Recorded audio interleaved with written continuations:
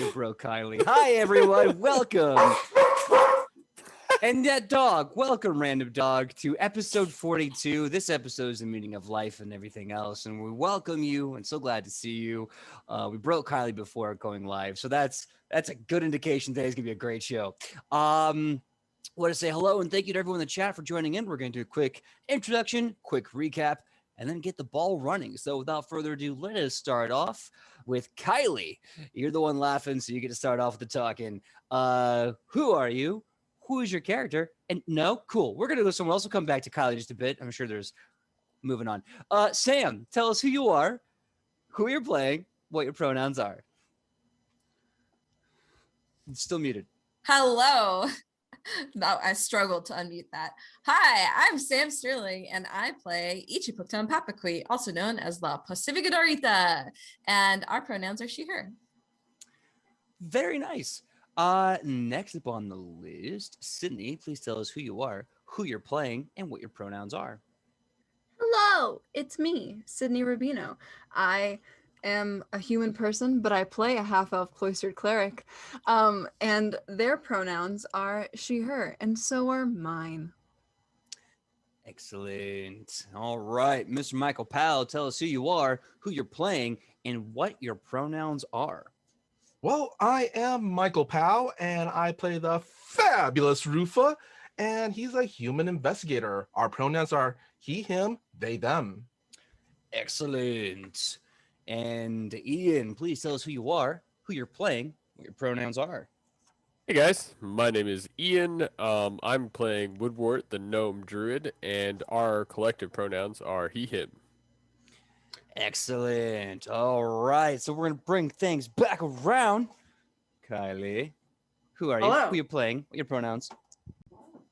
Hello, I'm Kylie, or I go by Kai. It really doesn't matter at this point. I play Shionibus, the Elven Ranger, and we both go by she, her.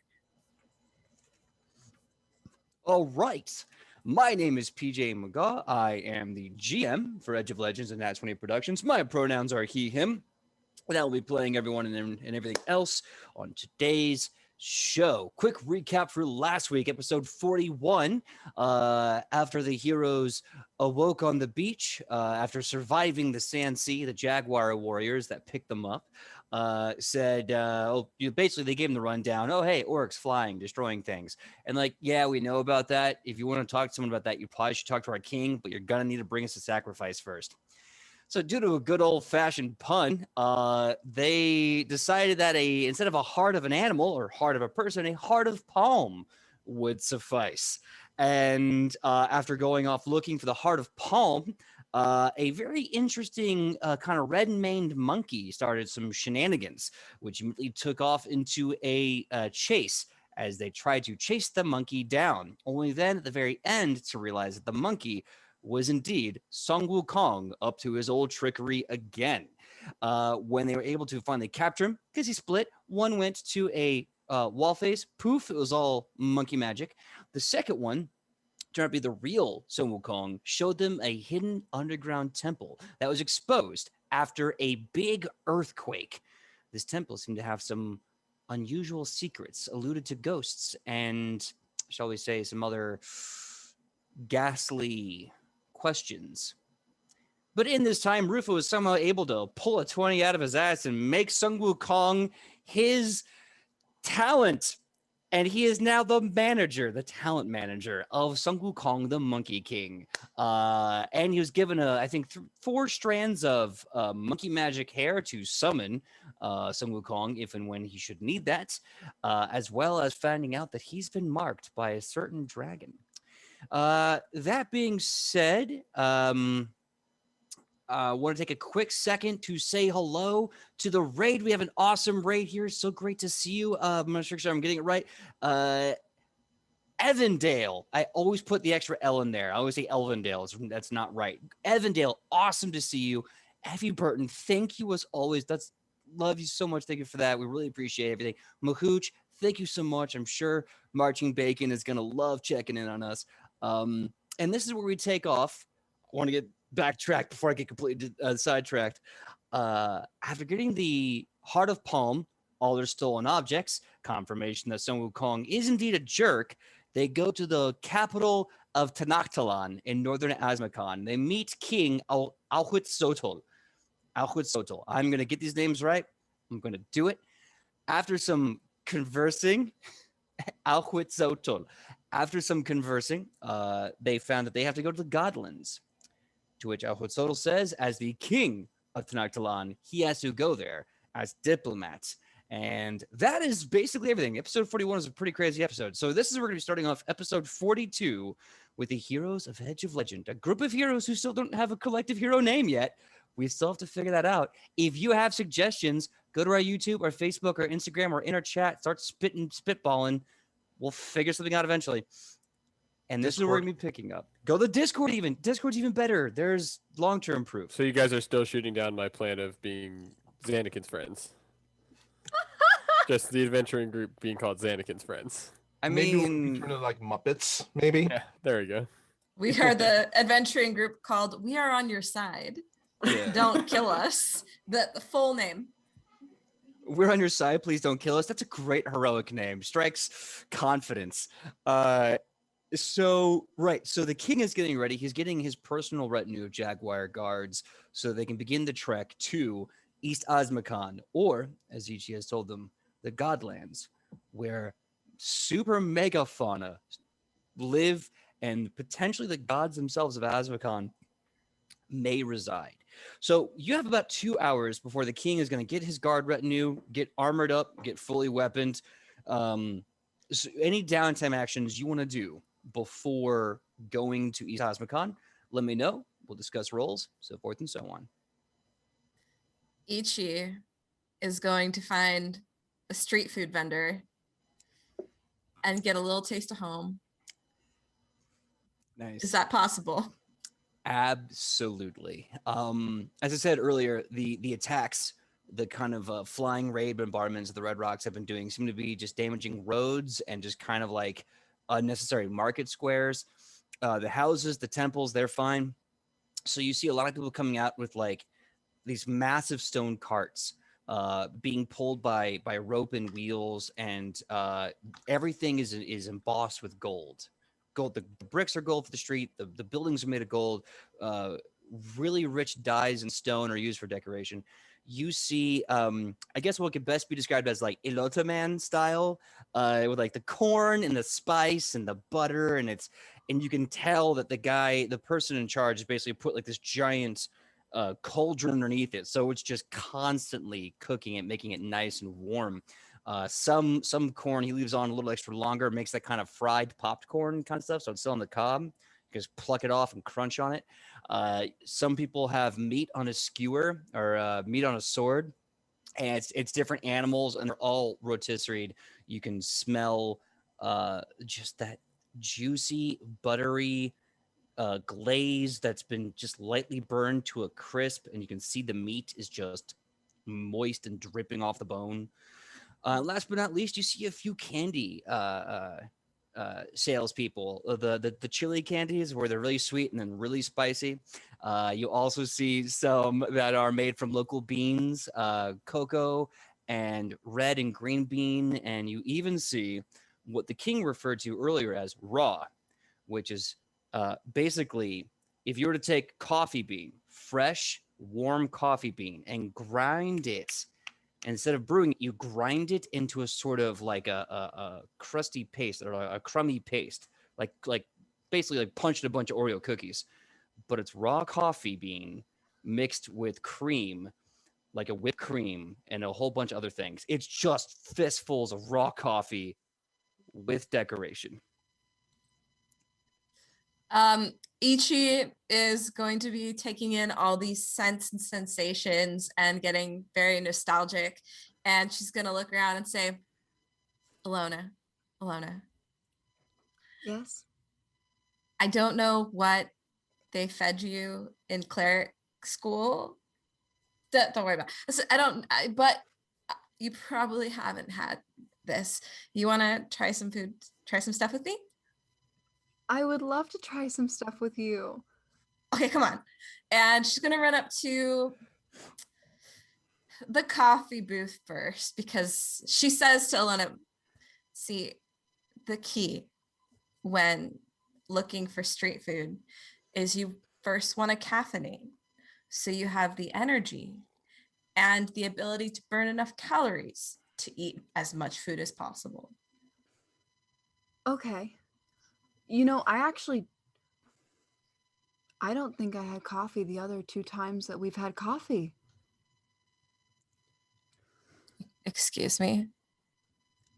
I just didn't think about it. But I'm excited to try it now. I edge up to the vendor, the coffee vendor. Hi, excuse me. I have a question. Oh, hi. How can I help you today? How strong is this? Oh, this? Well, if you're looking for flavor, we have some varieties. If you're looking for strength, we have 3. We have light. That's where we put a little oil and just kind of like fry it up. That's mostly for the kids. We have normal strength. That's mostly for the adults.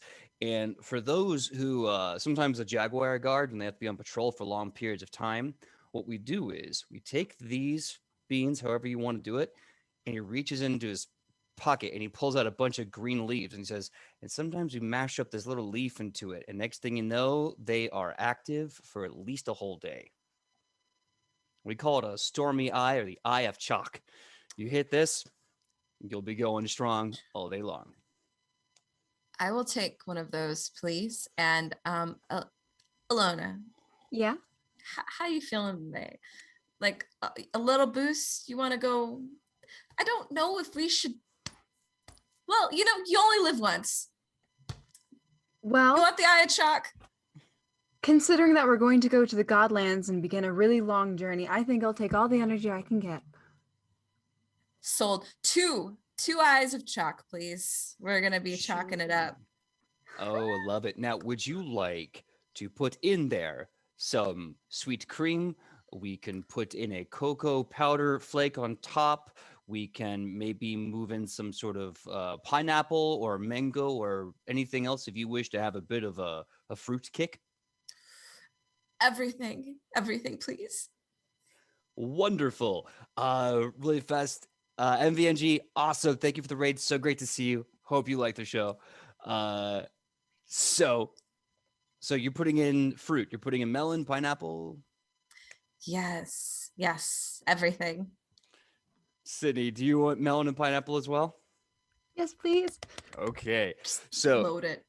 the guy gets this massive stone bowl with these big handles, and you can see around the side these beautiful carvings of warriors, gods, farmland, and like sacrifices just rising to the heavens, like warriors reborn. And he puts on this massive fire. And he just takes this giant like knife, cuts off this massive like slice of butter, throws it in the pot, and just starts like moving it around, just putting all of his muscle into it. And then he just gets the coffee, puts it in a mortar and pestle, and just starts cracking at it raw with a mortar and pestle until it becomes this like Oreo cookie dust kind of texture. He throws it in. You see fire rise, and you can see like crumbs going up, and the fire roars. And he just keeps moving it around, and he starts throwing in a little bit of extra butter. He takes the cocoa beans and starts shaving him in there. He takes the 2 leaves and goes, 2. Trust me, you're only gonna want 2. He starts cracking that up, putting that in there, mixing it, and then finally he just takes 1 mango, cracks it in half with a blade, and just starts working the mango around so all the juice just goes right into the concoction. And then he just kind of, does a little bit of a nice grip, puts in the meat for pulp, does the same with pineapple, just chops it right out of the yellow, puts it in there, shakes it up some more, hits it a few times with a mortar and pestle, takes it off the fire, mortar and pestle, and then he says, all right, gets 2 bags made of like a cloth, just scoops it into the cloth, reverses it, ties it off, hands it off to each of you. That'll be 3 gold each, and I recommend you take little pinches, just put on your tongue and enjoy. Thank you so much, and I'll pay for mine and Alona's. Thank you. Oh, Ilona is gonna look at it trepidatiously, also like a small precious child. I would also like to say, PJ, you described food the way that Miyazaki draws food, and now I am so hungry. But Ilona's gonna look at it and she's just gonna go, "Mm," and her eyes get really big, and she gets really excited, and she's like, "Ichi, this is so good!" And then she starts like taking like a huge bite out of it, and then she stops. he looks. He goes, no, just a bit, just a bit. I need you to make a fortitude save, Sidney. Oh no, I'm sorry, I didn't mean. Okay. Now let's commit. Let's have fun. Oh no! I rolled a 9.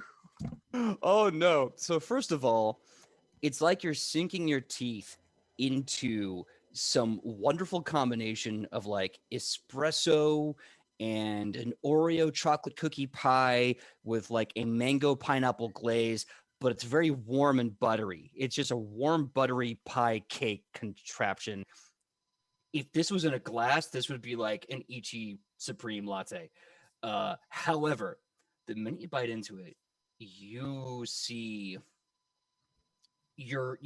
everything starts becoming very significant. The colors become deeper. The light becomes brighter. You see Sidney's character. You see Ilona. Her face starts getting red, like pink and red. You've seen this before. She's over caffeinated, and her eyes dilate immediately. And Ichi it's bad. She's sweating the whole nine. Ichi sees Alona having this reaction, and she just says, "Are you ready to get some snacks?" Snacks! Snacks? Snacks! Snacks? Snacks! Okay, let's go. Snacks! All right. Really briefly. So Sidney, you are basically quickened. So you get at least one free action. Yes! This will last for an hour. However, at the end of that hour, you will be fatigued and you will need to eat food and drink water instead of a normal long rest to get rid of this fatigue. Oh no. Okay. Good thing we're loading up on snacks.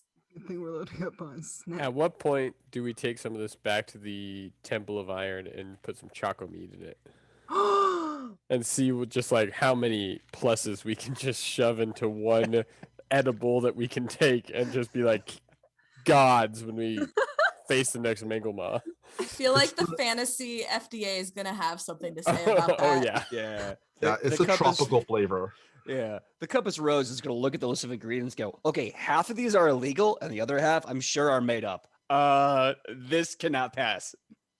So PJ, are we allowed to transport like cheese and fruit across borders now? I tell you what, you can find someone besides Martin that can actually cross the Sand Sea for imports and trade. Maybe. I'm sure if we asked the loner right now, she'd be up for it. I can do it. Why wouldn't I be able to do it?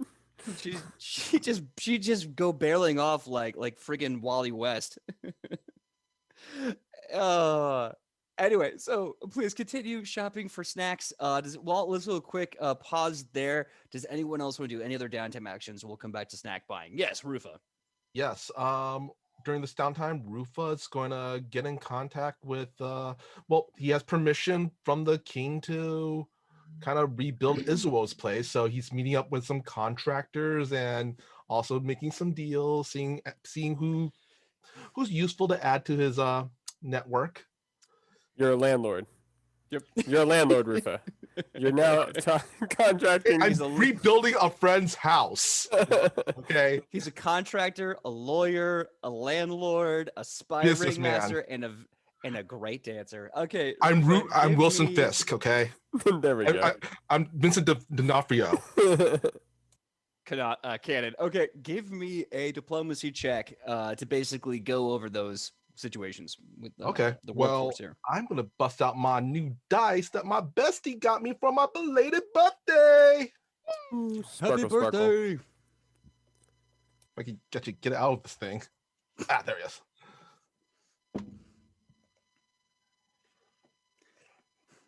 Do I add anything to it? Well, it's a diplomacy check, so just a good Oh old yeah, diplomacy. Sorry, yeah. diplomacy.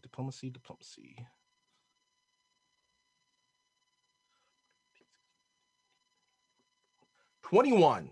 21. All right. So, you got a pretty solid workforce. Kind of coming together about the housing. They go to Eastwood. So, first of all, you recognize that little kind of geometric weaving, that Mhm. beautiful almost like a god's eye that's been out in front of every single one of their homes. You can see this one is there, but the whole place is just caved in, and you can still see the giant siege axes just stuck into the masonry. All right, Um, all right, friends. Let's clear out the rubble. The foundation should still be fine. There should be no damage to it. But just make sure that yes, get to the building. no, sorry, can't do it. Not today. The stars say we can't do it. Sorry, sun, and the sun's also like no dog. So not doing it. Not today. Sorry. Can I roll perception to see if they're like BSing Rufa? Go right ahead. How big are these siege axes? Good question. They are about the size of it's equivalent to a lance. Okay.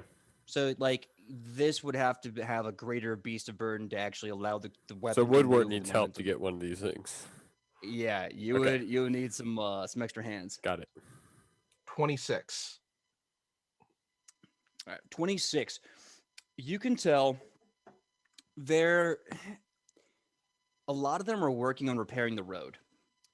And they see this house and they say this is probably important, but we got to fix the roads. Problem is though is that due to the random attacks that we've been receiving, we're cut off from West Osmicon, and due to the fact that the Godlins are taking up most of Central Osmicon, it takes a lot of time before we can get help from the South Osmicon Lucha Warriors and Builders. So we don't have the resources, or not resources. We don't have effectively speaking a good workflow.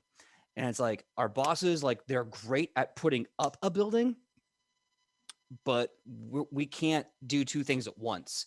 So if someone can help us, basically build a new routine so we can fix the roads faster, we could probably get on this one right away.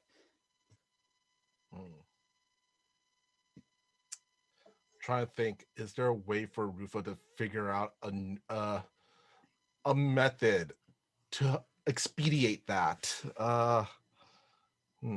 Ooh, can I roll an underworld lore to see if I could get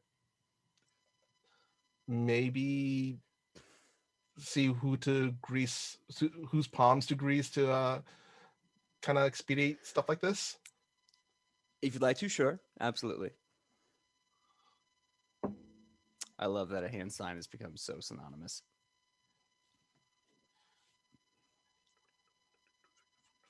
25. 25. The underground in Osmicon is not very well established because they're isolated by a hellacious landmass. So the underground network that would be in Osmicon would be local guilds and local people of interest. They probably wouldn't have something like a union to be exploited. They're actually kind of in spite of their emperor, they're actually kind of a communist group of people. They work for the greater good of the community, but at the behest of their king. So really your best method of operation would be to try and institute a new work policy to try and make sure they get that road done in half the time. Okay. Rufa's gonna just kind of wave over, I guess, a foreman or something. All right. Let me see. Let me see your plan, your schedule, and maybe Rufa could figure something out. Because at this point, I'm gonna try a crafting lore to see if he could expedite things. Sure. Yeah. Give me help their workflow. You know what? Give me a diplomacy check again for that.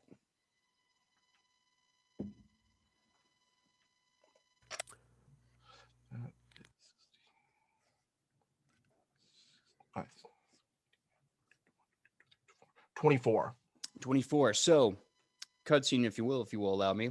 Mhm. A montage of you looking at blueprints and pointing, and then the guy is like, looking at you and going, no, no, no, no. And then the guy's like, meh. And then they do it, and all of a sudden, like, they're seeing it. Efficiency and time and breaks are doing better.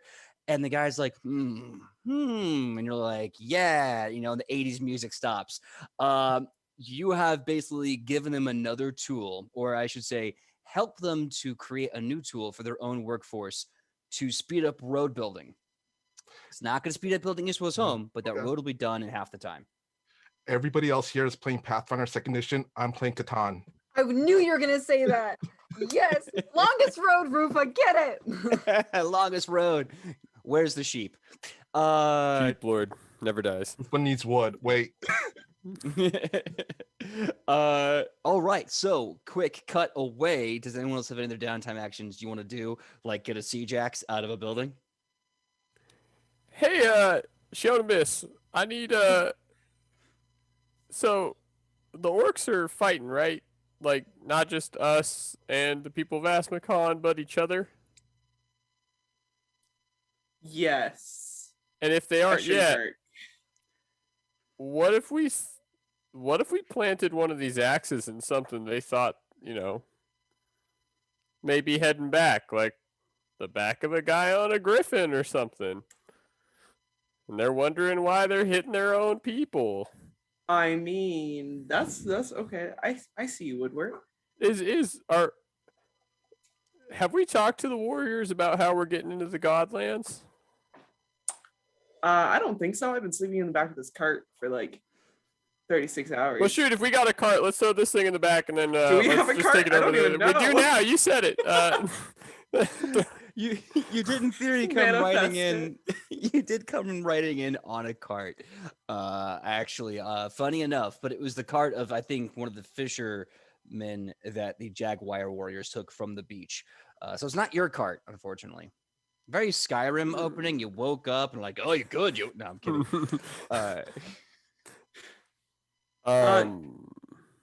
Yeah, I mean, in theory, this could work. I'm just trying to find a way that if we could blame something that we do on the orcs and make them think it's their fault, we wouldn't exactly, we wouldn't be worse off for it. I mean, they do already hate each other. Right. So, like, what's a little more? And they're leaving these things around. So, okay, great. PJ, how do we want to go around taking one of these things to some other place?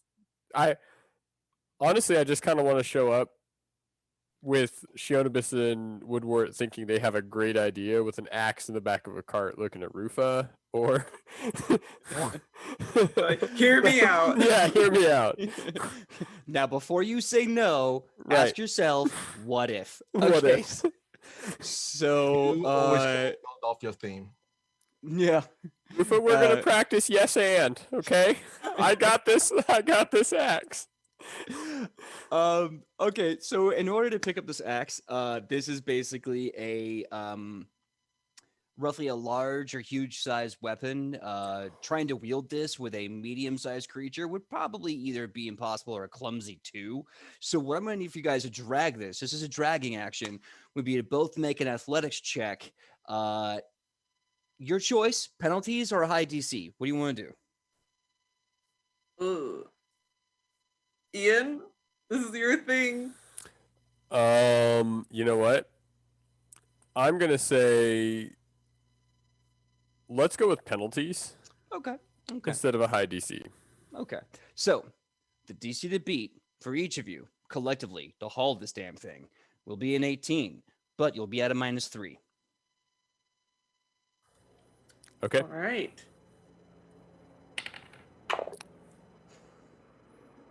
I got a 19. I got a 13. Ouch.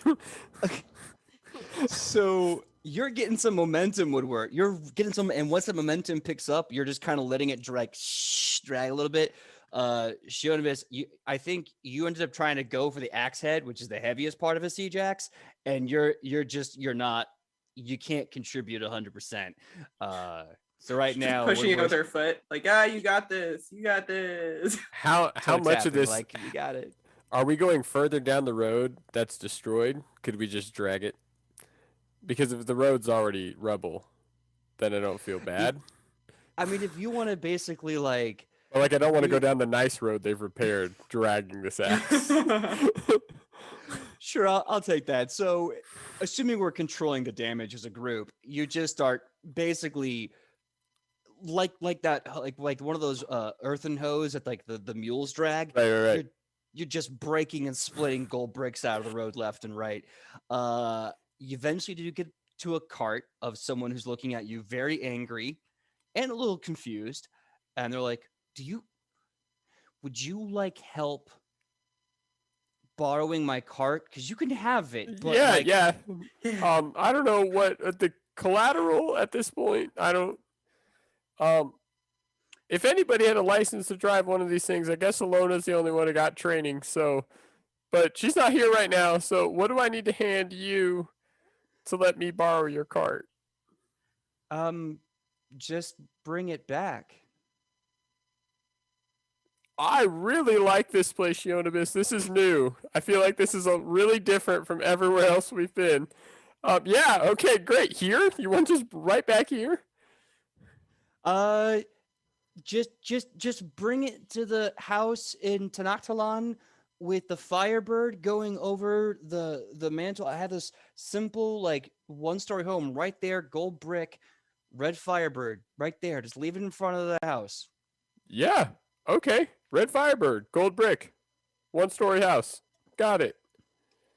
Okay, Shionibus, you ready? Let's get this cart rolling. Let's get it. Let's go.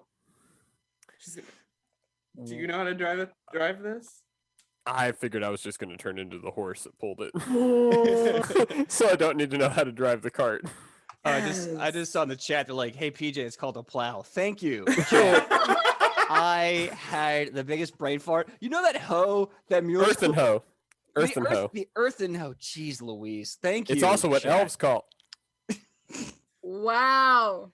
That was some Gimli Yeah, that was. shots right there. So do we have to lift this thing into the cart? Because I don't think Yes, I'm gonna be good at that. Hey, but why I'll didn't we try. bring Morel with us, who's the strongest one? He's with This you, man he's watched us with the group. struggle. That's a good chance. Okay. Well, we're gonna lift it now. While Morel they're there just doing that, fucking while they're doing watching that, just eating the popcorn on the cup. While we're doing that, I want to give a big shout out to Dice Drinks Drama. We love you. Thank you so much for rating. We hope you liked today's episode of Ozmacon Into the Godlands. Yeah, has Morel just been sitting watching us struggle? Hold on. No one's asked him to do anything, and he's such an awkward duck that he either runs when you don't like. He runs over to help. Like, do you want me to help? No, I'm fine. Or like you're struggling. He goes, no. Last time I said no. I don't want to overimpose. I need to be respectful of their autonomy. So do we have to bring this backtrack? Do we have to bring this up into the cart? We have to lift this, right? Yeah, if you want Morel to help you, literally just like say his name. He'll come running. She's gonna yell it very angrily, like angry sister that you ate her like ice cream bar, the last one, and she felt dibs. So you do that. Morel comes running, shield out, fist up, and he goes, "What did Tobias do? Where's that little rat dog? I will uppercut him. What happened?" He made me cry earlier today, but we're not talking about that right now. What I need you made to lift this into this cart. We'll talk about it later. Yeah, I've got you. cool. I'm gonna use. You guys, Church of Iron. You guys call it spotting, right? I got you. yeah, yeah, absolutely, absolutely. Yeah, in Acadia, we call it "Don't Let Me Die." So, all right. Here, take my shield. He hands the shield to Shionibus.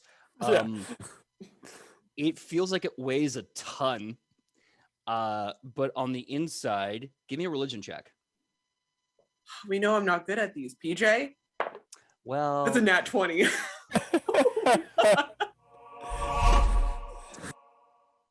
okay. Which makes it a 22. 22. Well, yeah. You can't botch a roll. You critically succeed at. So you're looking on the inside of his shield, where his arm would go through and all that good stuff. You're seeing the entire book of Aphra and a bunch of different holy symbols to Aphra, like etched with a knife, and it even like in the back of his shield, just etched in there. And you see like days I've been praying and a bunch of tally marks, and it's just like a whole like journal of his spiritual journey trying to understand. And there is a big word up above, a big sentence above where it just says, "Why did she choose me?" I didn't mean for us to get this deep today. Um, So anyway, Morel gets the shield, doesn't think anything of it, just drops down into a Acadian deadlift, if you will, and just huffs this thing up, kind of like tries to get his shoulders under it, but he's like, "Oh, can't do that."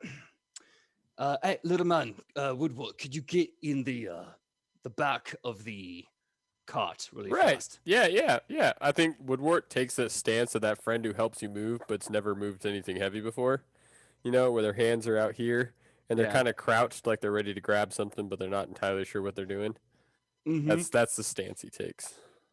So he picks it up. He basically hands the butt of the siege axe to you, kind of shuffles his hands around, goes the other end of it, does a just a vertical press, and then just starts tippy toeing this thing to the back of the cart. Shionobis has sat on the ground just looking at the shield, just very perplexed. Like, why the hell does everyone think they don't deserve their god? As she doesn't self-reflect on her own issues. Oh. I love that. Somewhere in some dark corner of Nubia, there's Anubis just like, okay, fine. Woodward is going to turn into the animal that would draw the cart because he's too weak in any other way to get it to go anywhere. Okay. So whatever Woodward needs to fashion as any sort of yoke or something out of rope or something he has in his bag, he's more than happy to try to do that. Okay. Give me a quick craft check, and then we will be moving on.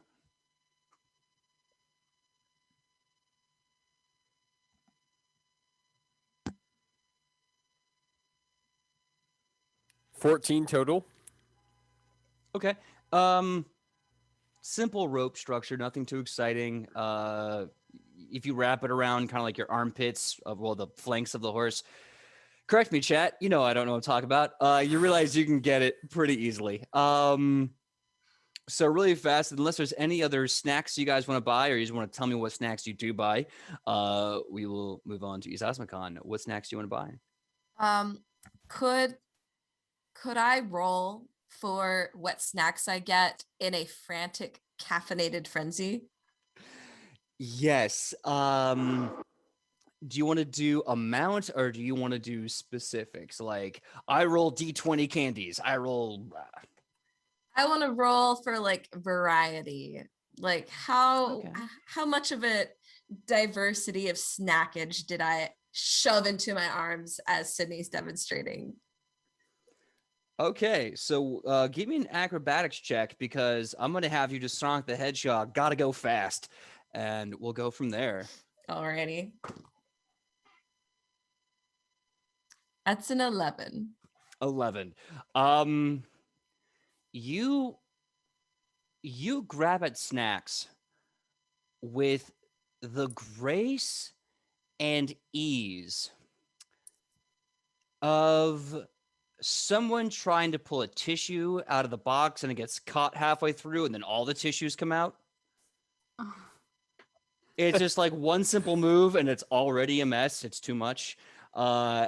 You just like you almost like you punch into the shelves and things, and you rip out like 30 chili candies and get like 2 like cocoa bean covered like red beans That's it. So there's like no variety. You get a handful of the elote corn, but it's all like super spicy with no butter, and you're just give me, give me, give me, give me, give me. Blah! And they look at you doing this, and they go, "Ma'am, Yes. are you gonna be okay?" Why would I be okay? I've got so many snacks. And we're highly caffeinated. We're gonna have a good time. Oh, there's two of them. Hi. Hi. Alone has been just running through the aisles. Like that kid at a GameStop that just runs around and knocks crap over and doesn't pick it back up. Oh no. Okay. You get your candies and they're like, can you please, hi, can you please get your friend and have a nice day somewhere else, please? Yeah, okay, bye. Oh, here's money. She'll just like take like a bunch of gold, maybe like 10 gold, and just push it over. She's like, that covers it, right? And they just go, yeah, that covers it. Yeah, that's enough. Okay, bye. Alona,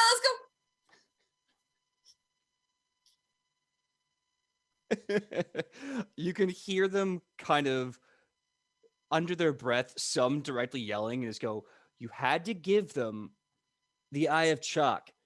And the guy's like, they paid for it. And I was like, all right.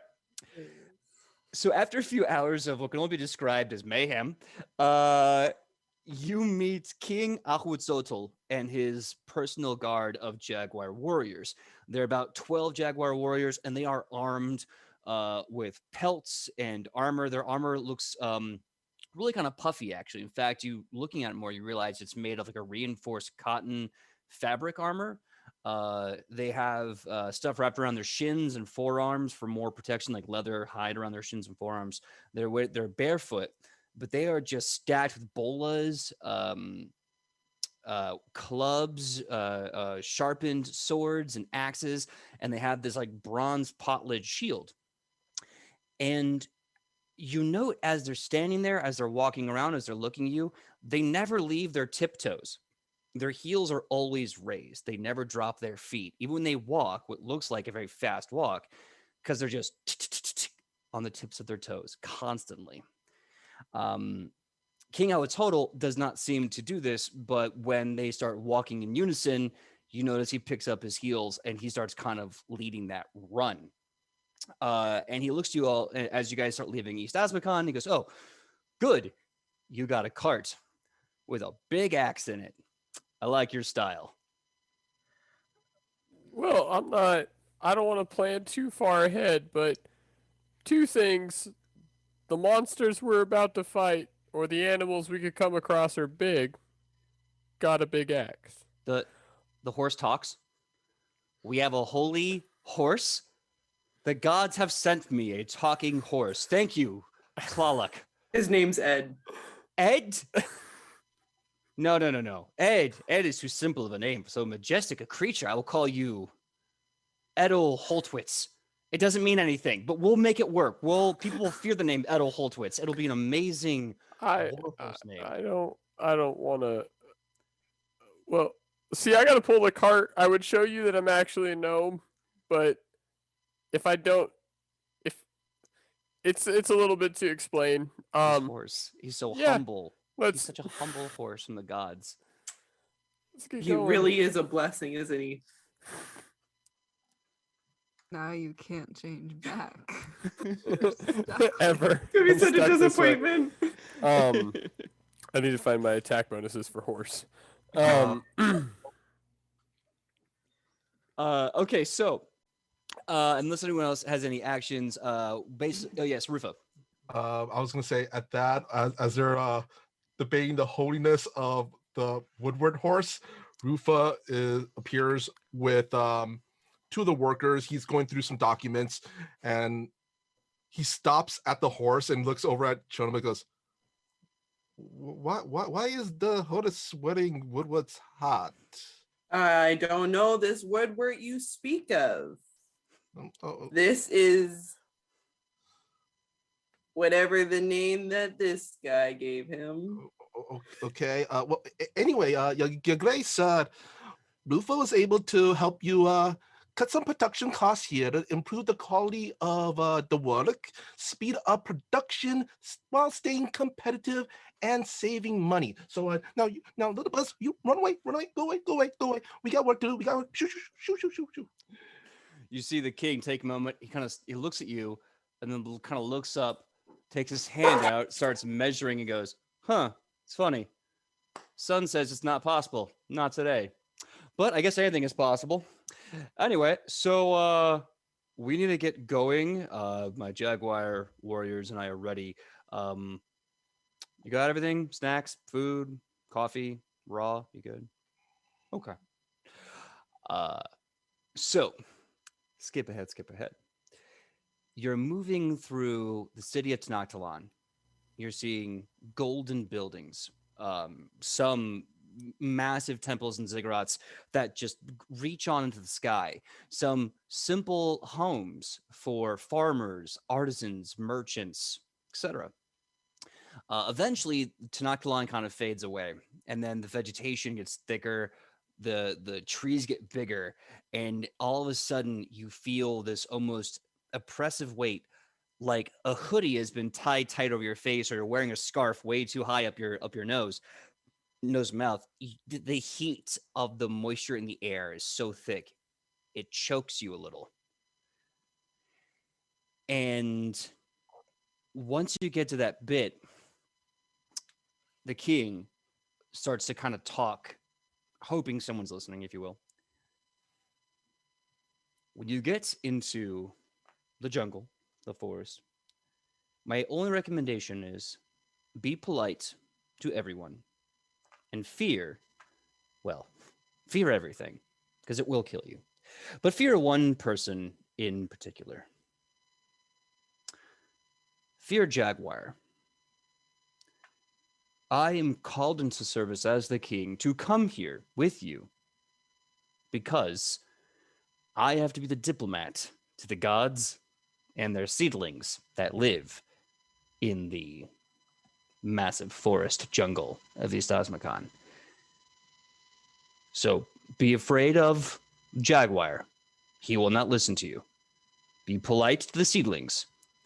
They will require barter, but they will be very polite if you are polite and barter with them.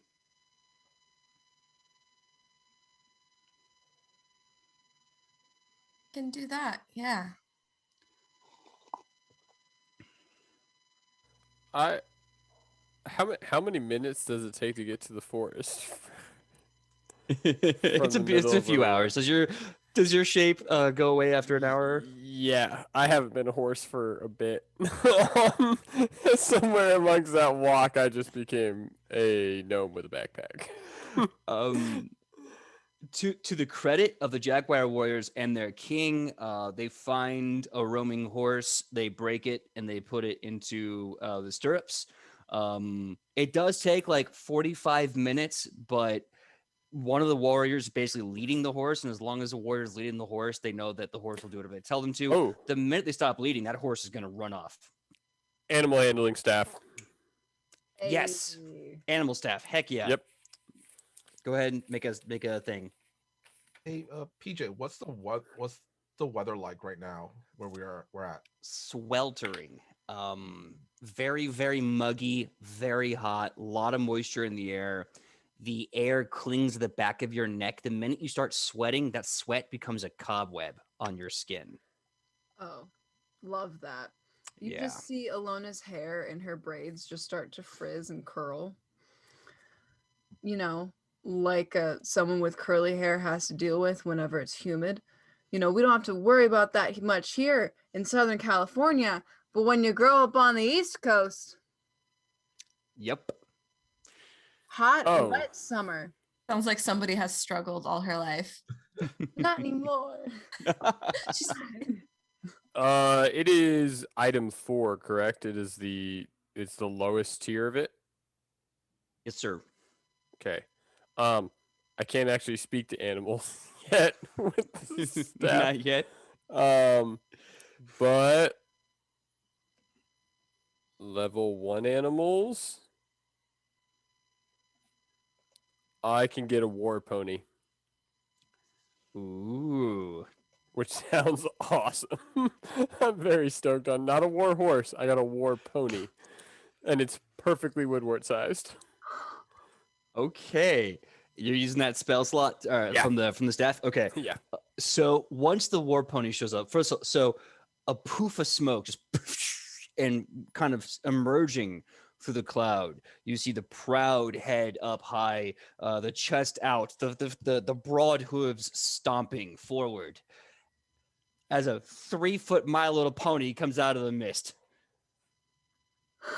In armor. No, I In can't do that. in but... in barding and bridle, it comes Awesome. out and it's like, nay. To which the Jaguar warriors look at the horse and go, we should let this one go. And they let go of the rope. They pat it on the butt and it just goes back off in the wild. So that solves the cart at least. What He mentioned color that is the war pony. Oh no, it's the ones with the like they're predominantly brown, but they got the large white spots all over them. Those are my favorite horses in Skyrim. They're called a paint. Are they? Ooh. I like that. Yes. It's either that one's the gray ones with the tiny black dots. Mm. I don't know what those are called either. But we'll go with the paint. Which ones? The gray ones with the tiny black dots. I know what you're talking about. Give me a Yeah. second. Continue. I'll think of it. So getting the horse there, he said not to he said that something is going to ask for a bribe basically, or like we need to pay them respects or something. One of the spirits. The barter. He said the seedlings Barter. of the forest. Right. He mentions that we don't know when they arrived. The earliest recordings we have of the stars, the sun, the moon, and all the eras before this one, the first all the way to the 5th era, and what we have prophesied as the 6th era, does not mention the seedlings whatsoever. It does mention trees on forest continents, far continents, much bigger than any tree in Osmicon. Trees that sadly have been pruned. We don't know about these trees. But sometime around the tree's appearance, the seedlings started popping up in the God Forest. They're like people, but they're like seeds. Whatever they're planted in, whatever they grow around, it affects them. I have run into seedlings that look like tree bark and vines, and then I've seen others that look like wolf people, and I've seen some that seem to take on traits of crab and even wear spiny armor. They seem unique to whatever part of the forest they're in. Just like a seed. You put it in the dirt, it grows with what you feed it. I think Woodward turns to the rest of the group. I'm gonna be honest. I'm out of my depths on this one. I've never heard of something like this. PJ, would Ichi know anything about this? Give me lore or religion check, and you can do 2. One for why Jaguar wants to kill you, and one about the seedlings. Would any occult roll be helpful here? Unfortunately, no. Okay. Not in this case. Okay. So 17 religion and 4 lore. 4 lore. You know, the seedlings seem to go by different names. You've heard them kind of referred to as like the spirit of the forest, and you've seen little dolls of bright colors like bright red and greens, and people believe they're supposed to embody different seasons, different animals of the forest. You know what I'm referencing with in the Hope, the little spirit guys that like to play pranks and help you when you're camping. Mhm. Some people think they're them. That is neither confirming nor denying, but people have been wrong before with cryptozoological creatures. Okay. So for that one, all Ichi knows of it is based off of like merch, like the cute little dolls. Yeah.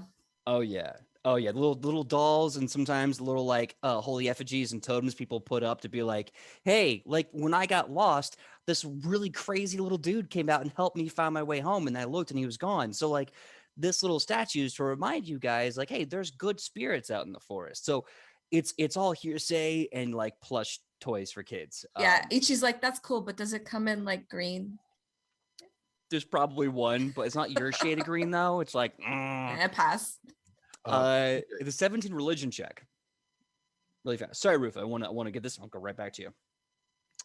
You remember hearing a story about a handful of gods from the north part of your continent, and how there was one god, Balaam, and Balaam was the jaguar god. Kind of a badass, kind of one of the gods of death, one of the many gods of death in Azmokan. However, you also heard a story about one of the great achievements of the North that came out of fear.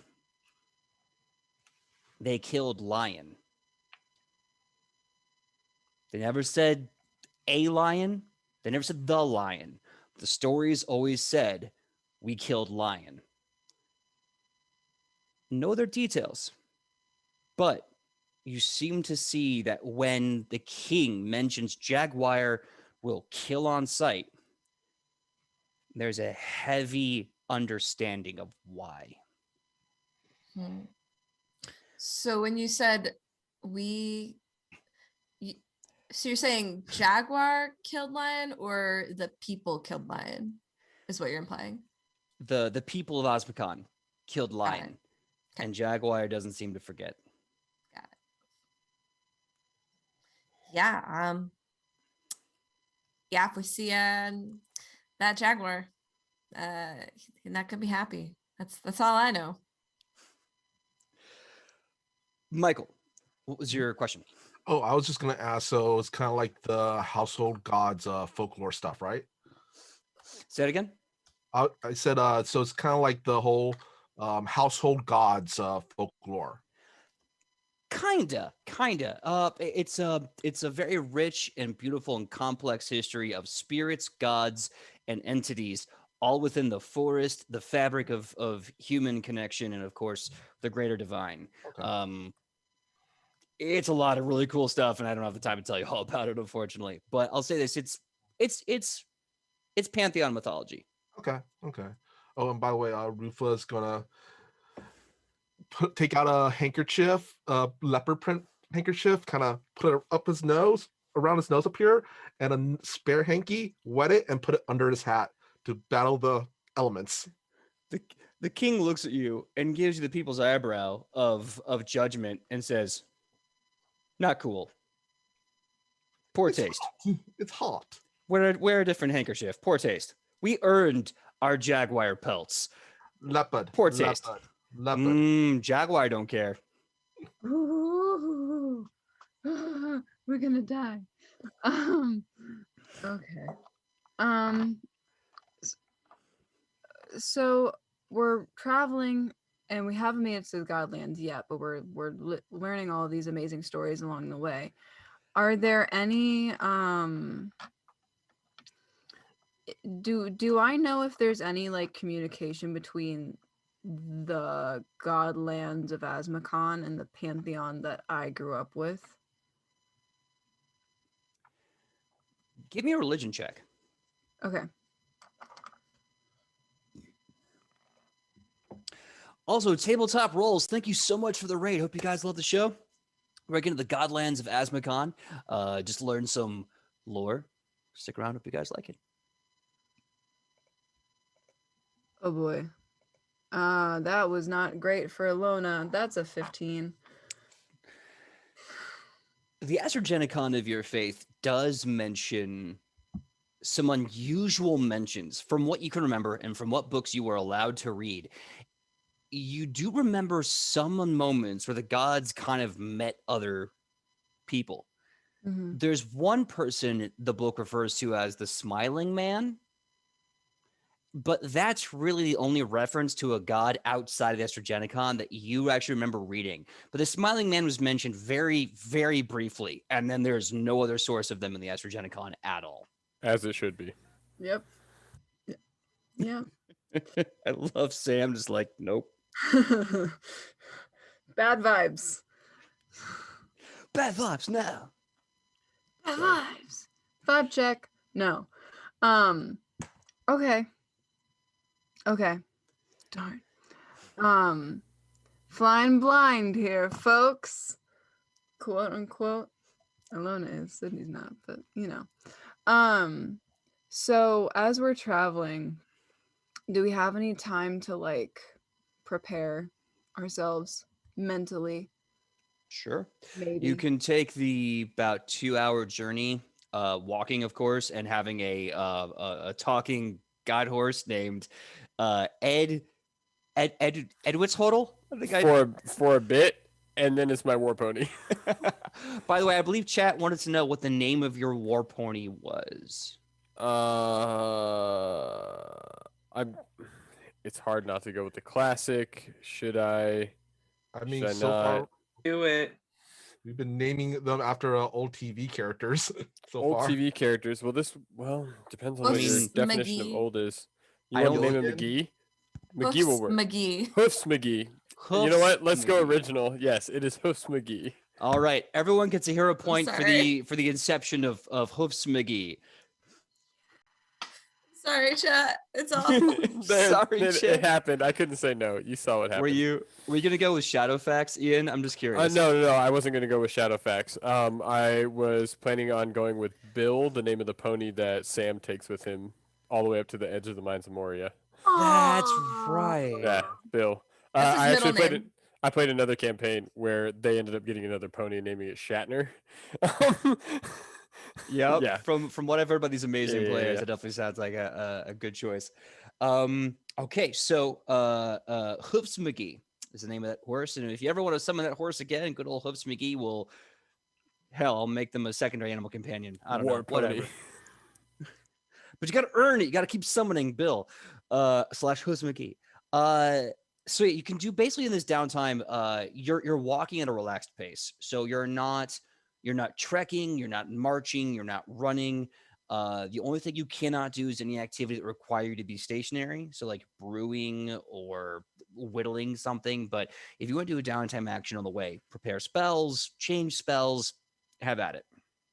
I believe Alona is gonna make some conversation. Ian / Woodward. I've heard you have a friend named Mahooch. What did they name their cow?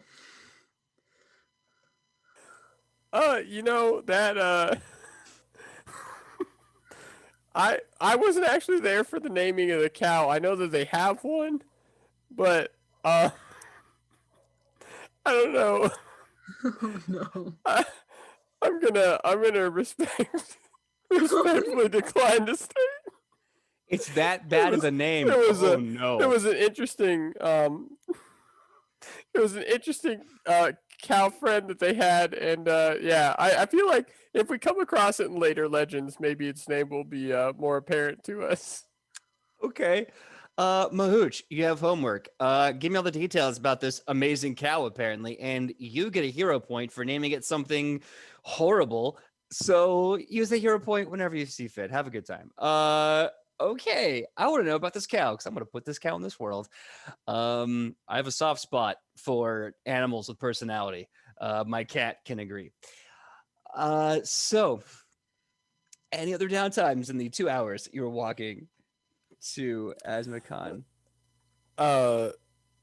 Woodward is walking. I feel like he doesn't have time for whittling, but he may have a little bit of time for reading. And so he's going to pull out one of the books that he bought from their last shop trip, and he pulls out a small book that is written by the brothers Braggy, Okay. and it is the Rules of the Flighting. So you pick up the book, The Rules of the Flight by Brothers Braggy. Just kind of reading it, enjoying it. They're talking about keep your rhymes simple and always think of the hook at the beginning, work your way to it, and then rhyme off that. Blah blah blah blah.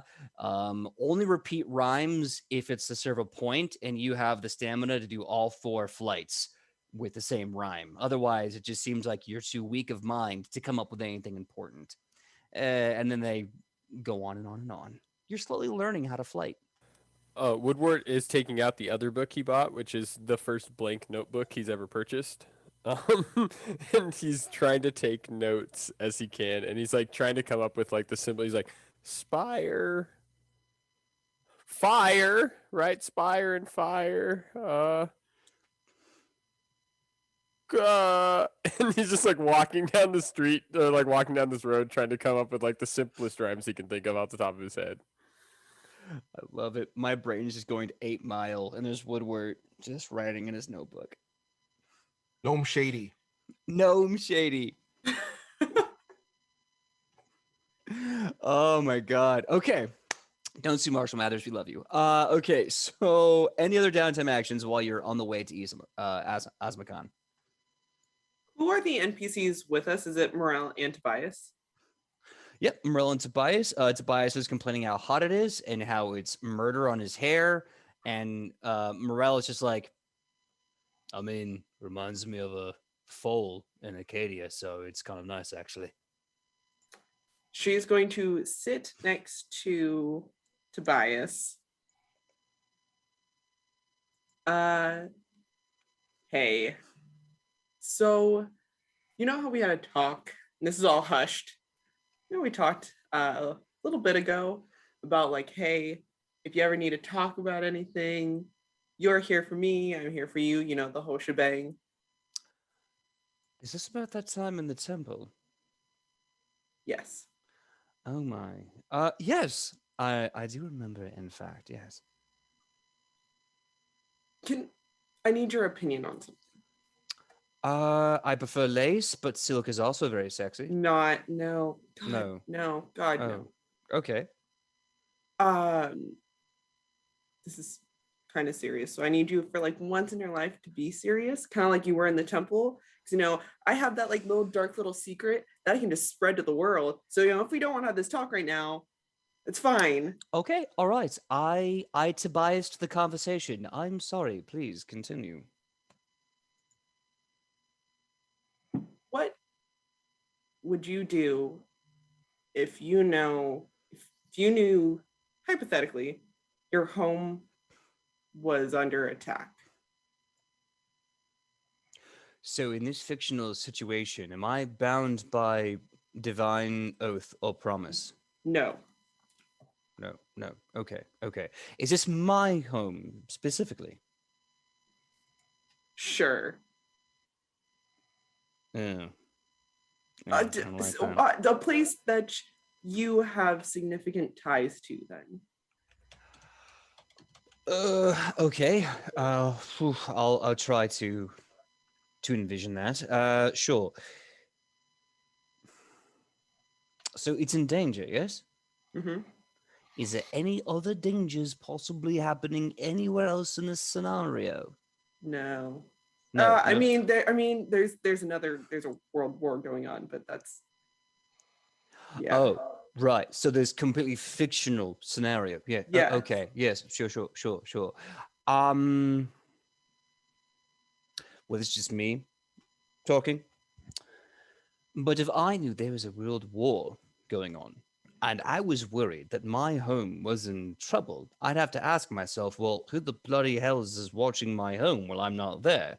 And if it's no one, well, you better damn right believe I'm going to go there and kick some ass. But if there's people there, they got it, whatever. They're competent. And if it's a war against demons and all of the 9 hells, you would still be like, not a big deal.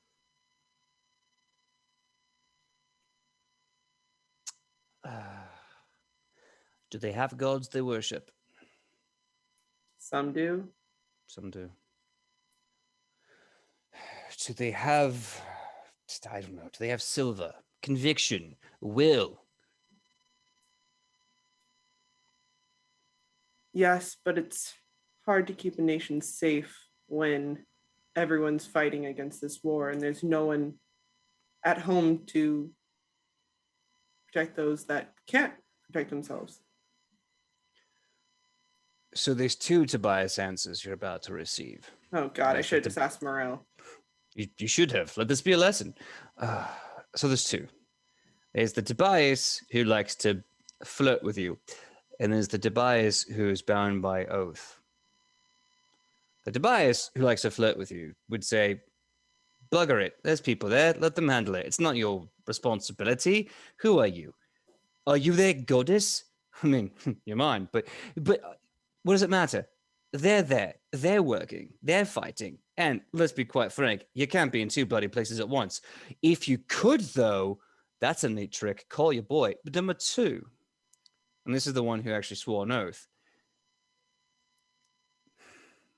you can't be in two places at once.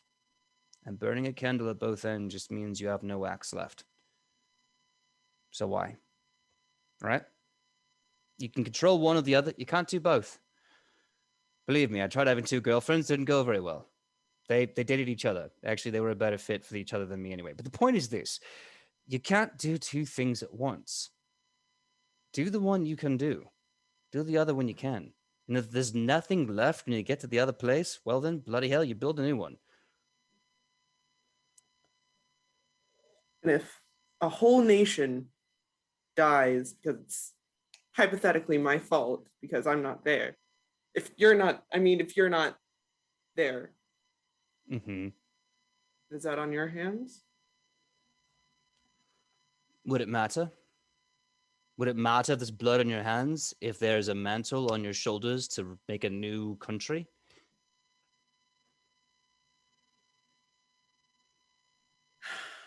You make a good point. And I hate that you make a point because you're biased and you're the intern. Yeah, but we are talking in whispers, and I am not the intern. Ooh. Okay, intern. Well, this was a lovely chat. We should do it again, preferably not soon. And she's just going to scoot away and act like this conversation never happened. As you leave, he is going to you can see the urge to say something like lascivious and flirty arise, but it's too hot, and he goes, finger crossbows, pew pew. Yeah. She's just like, I hate this man. Anyone else? Any quick dime actions? You are getting closer to the entrance to the Godlands. Okay.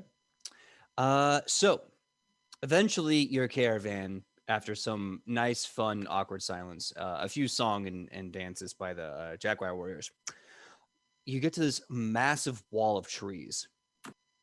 I mean, it's practically a cliff face made out of wood and foliage and vines, and there are symbols and signs all over.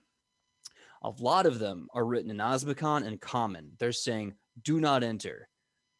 Walk away now. Save yourself. These are not your gods." Like just all over the place, warning everyone to leave. But then you see some other signs.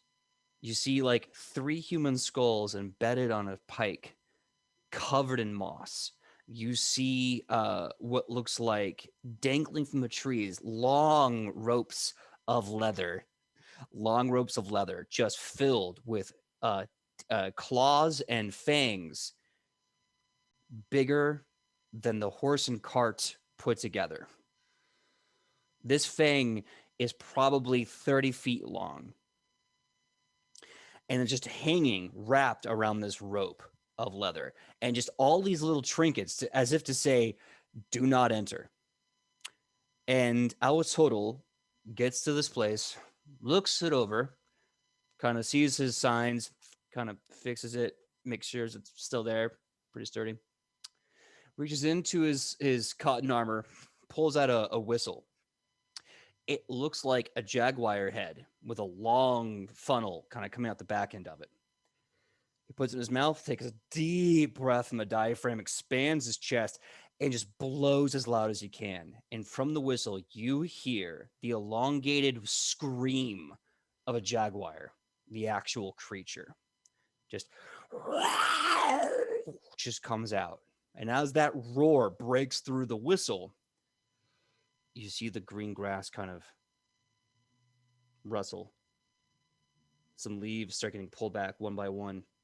And then this massive, almost rock-like structure of grass and wood and warning signs rip open. And suddenly, bursting out of the ground, in a flurry storm of leaves, you see people staring at you, kind of sideways.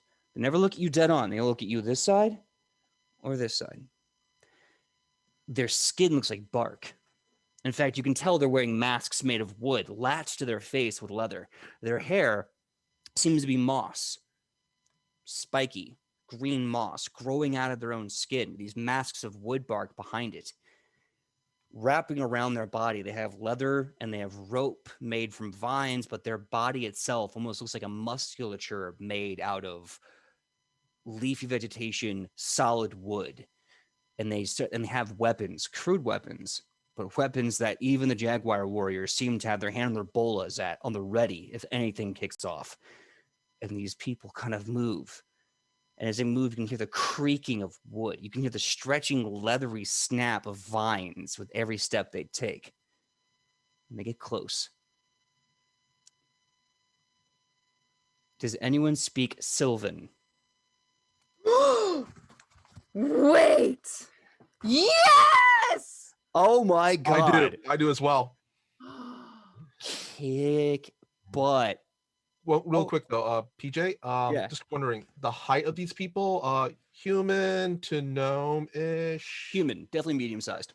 Okay. So, Alona and Rufa. Anyone else speak Sylvan? No.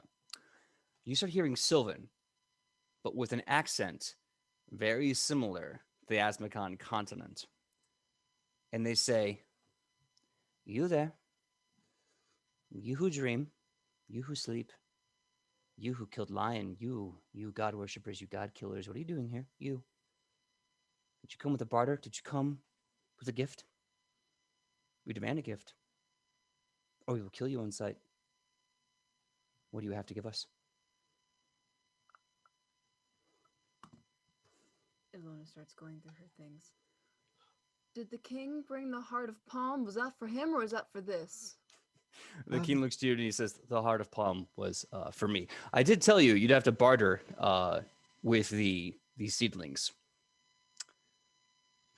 So did anybody else bring anything from the city? Worst comes to worst, maybe he could. We do have that big honking axe. Ichi pulls her bag around that you notice is just bulging with something, and she opens it up and starts pulling out all the snacks that she bought. There's not a wide selection, but there sure are a lot of them. You see the king reach into his bag, stops, sees you with the snacks and goes, steps to the side, and just kind of makes this big step over. And then he whispers an Osmocon to you. So if you don't speak it, unfortunately, he goes, yeah, do it. Give it to him. Give it to him. Do it. Okay. And I'll walk up and just kind of be like, an offering from me to you. They look at the hand. They look at you. They look at King Total. They look at everyone else. Again, they never look at you with both sides. They only look at you with one or the other. And as they reach, you see their fingers like gnarled wood, and where joints and sinews would be, you see wrapped vines, and they pick with these long and intricate fingers this candy, and they look at it with this analytical eye.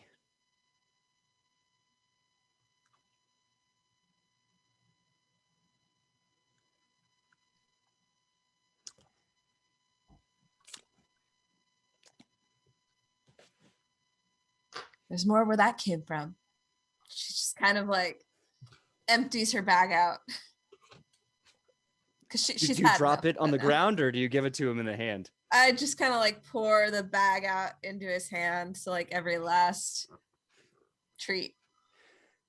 I'm going to say 10 kind of fall out the sides, 5 on 5, right? And he's got 10 in his hands. And he goes,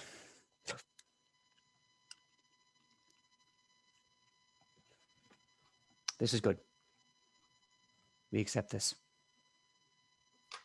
But we are only one. There are many. We may not like this. So good. Sweet. Spicy. There are many other tribes here. You must look out for wolf and fur. They will not want sweet. Okay. You must look out for crab and reef. No one knows what they want. Not even them. We don't talk. Feather and scale. You don't give them anything. If you're lucky, they won't kill you. It just starts writing this down. They're only speaking in Sylvan, so you're probably gonna have to go through telephone. Oh, okay. Yeah. Scratch that. And then in Sylvan, they look to the king and they say something, and the king is just like, "Oh, my spirit talk is terrible." What you hear them say is, "Jaguars hunting. Don't wear his skin in his forest."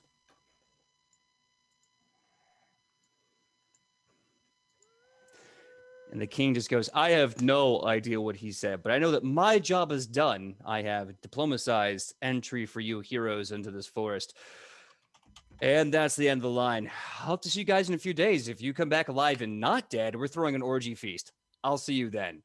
Jaguar warriors, let's get out of here. This place gives me the worst heebie-jeebies." Thanks, Your Excellency. Hey, no problem. It's what I do. Hey, let me know when I get front row tickets to the next Maximum Lucha. I am dying to see another performance. It has been way too long since I got to witness violence. Oh my You got goodness. it. VIP. Your Grace. Yes. Once they finish building the roads and get to work on the house, if our friend suddenly appears, just tell them we will be back soon. Which house? The house, our friend Izuel's house. Oh, yes, the one with the really great awning. Yeah, if I see them, I'll let them know. Yes. Be safe. Don't die. Save the world, I guess. And I'll see you for drinks in a week. Later. A week is fairly. Well, I'm forgetting the word. Optimistic. He looks at you and he says, "Have hope, my friend. You're going to need it. Toodles." And now that they're no longer escorting you, he and the Jaguar warriors book it. And it is hardcore parkour, 90 miles an hour. And you're looking at these human men going, and women, like, there's no way that anyone could do that. But they're doing it with ease, wearing full armor and a load of weapons. Ilona is going to turn to Rufa and say, "Rufa, I know that you are a very stylish person, but for the purposes of this mission, would you mind hiding anything fur?" Well, this is what Rufa has to wear. Rufa cannot, in polite society, go run around, all natural. I get that. You're also a master of disguises, so you could probably whip something up real quick to make sure we're not wearing quote unquote his fur in his forest. Rufa will see what he could do. Of course, we also beforehand we had the cut, the original cut. Don't I worry. will counter, Rufa. I've been out in the woods a long time, and au natural's just fine. It's when the buildings show up. The buildings, and when people get mad. True, but we are in somewhat polite company. Yeah, I can see that. That's true. So are you going to hide your fur so we don't all get killed or what? I guess Rufa will just kind of shrug and kind of takes his coat because the fur part of the leopard print is just on the lapel, so he's I guess Rufa could just he kind of turns it inside out and puts it on. Okay. I mean that's Rufa's not gonna go run around naked. Just gonna say that, okay? Saying that.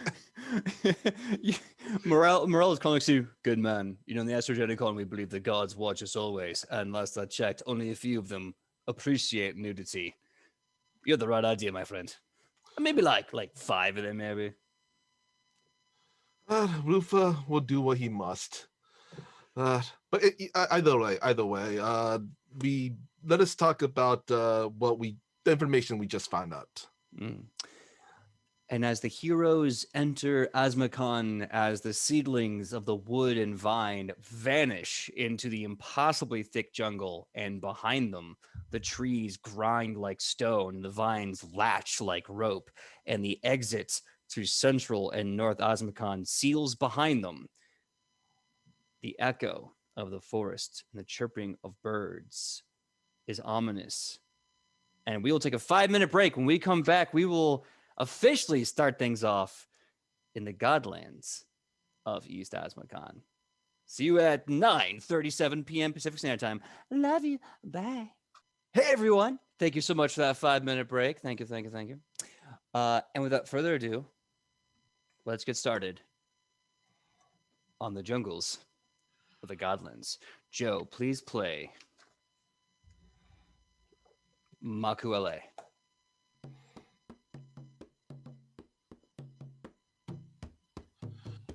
So, friends, what we do know is there are apparently 3 other feeling tribes apparently around here. The wolf, the crab, and the feather and scale. Each apparently requires a different offering. Possibly the snacks might not work again. Except for the feather and scale, which we should avoid altogether because apparently they might just decide to kill us. True. The wolf tribe, they do sound like they are carnivorous, so perhaps as we travel we could do a bit of hunting, perhaps some meat we could do an offering of. Yes. They all said, question for the DM. For sure.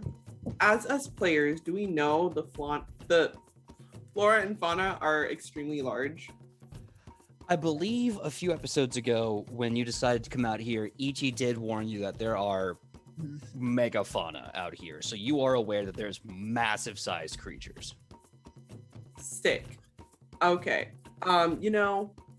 Given the warning we had before we even started this journey, I don't know if normal weaponry will cut it when it comes to hunting.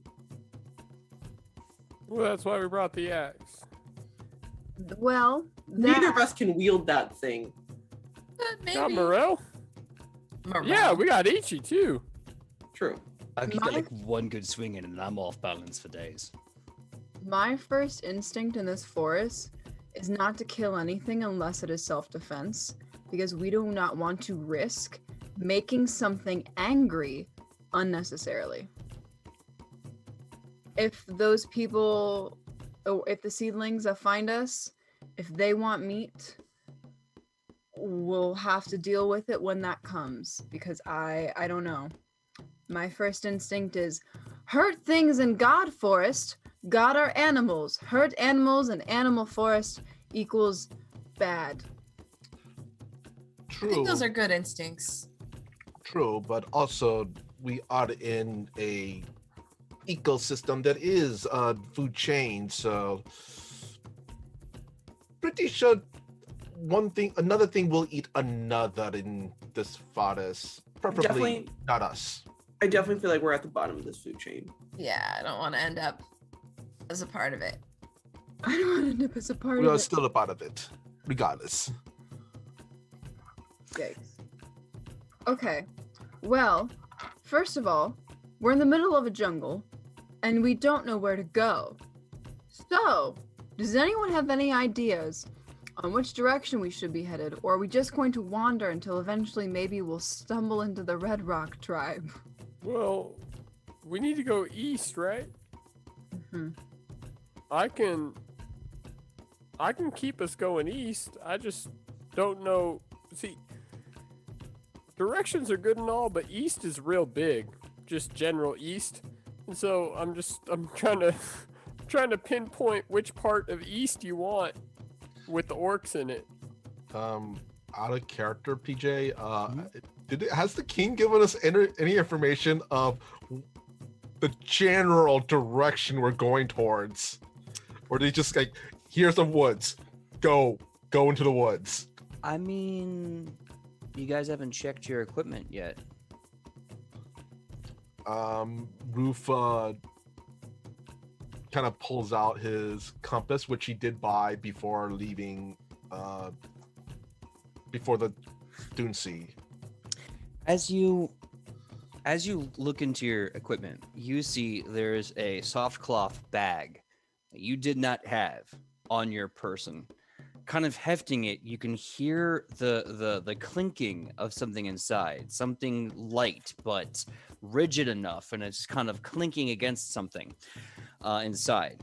Opening it up, you see, first things first, there is a note written in a very beautiful hide parchment. It's a letter from the king saying, haha, awesome. I slipped this on you when you weren't looking. Listen, it's the king. Total. I know. You're welcome. So I don't know where the Red Rock is, but I know that birds like that require a high altitude to perch. Judging by their claws and their size, they would probably want a rock structure, not a tree structure, because they would break the limbs with their talons.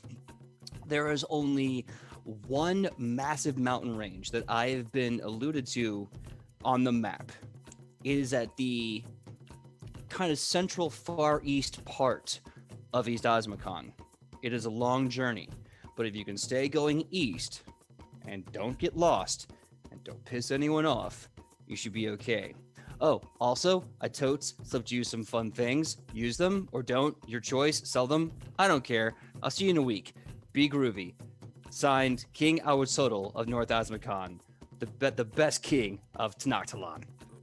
Woodward immediately opens his backpack very expectingly.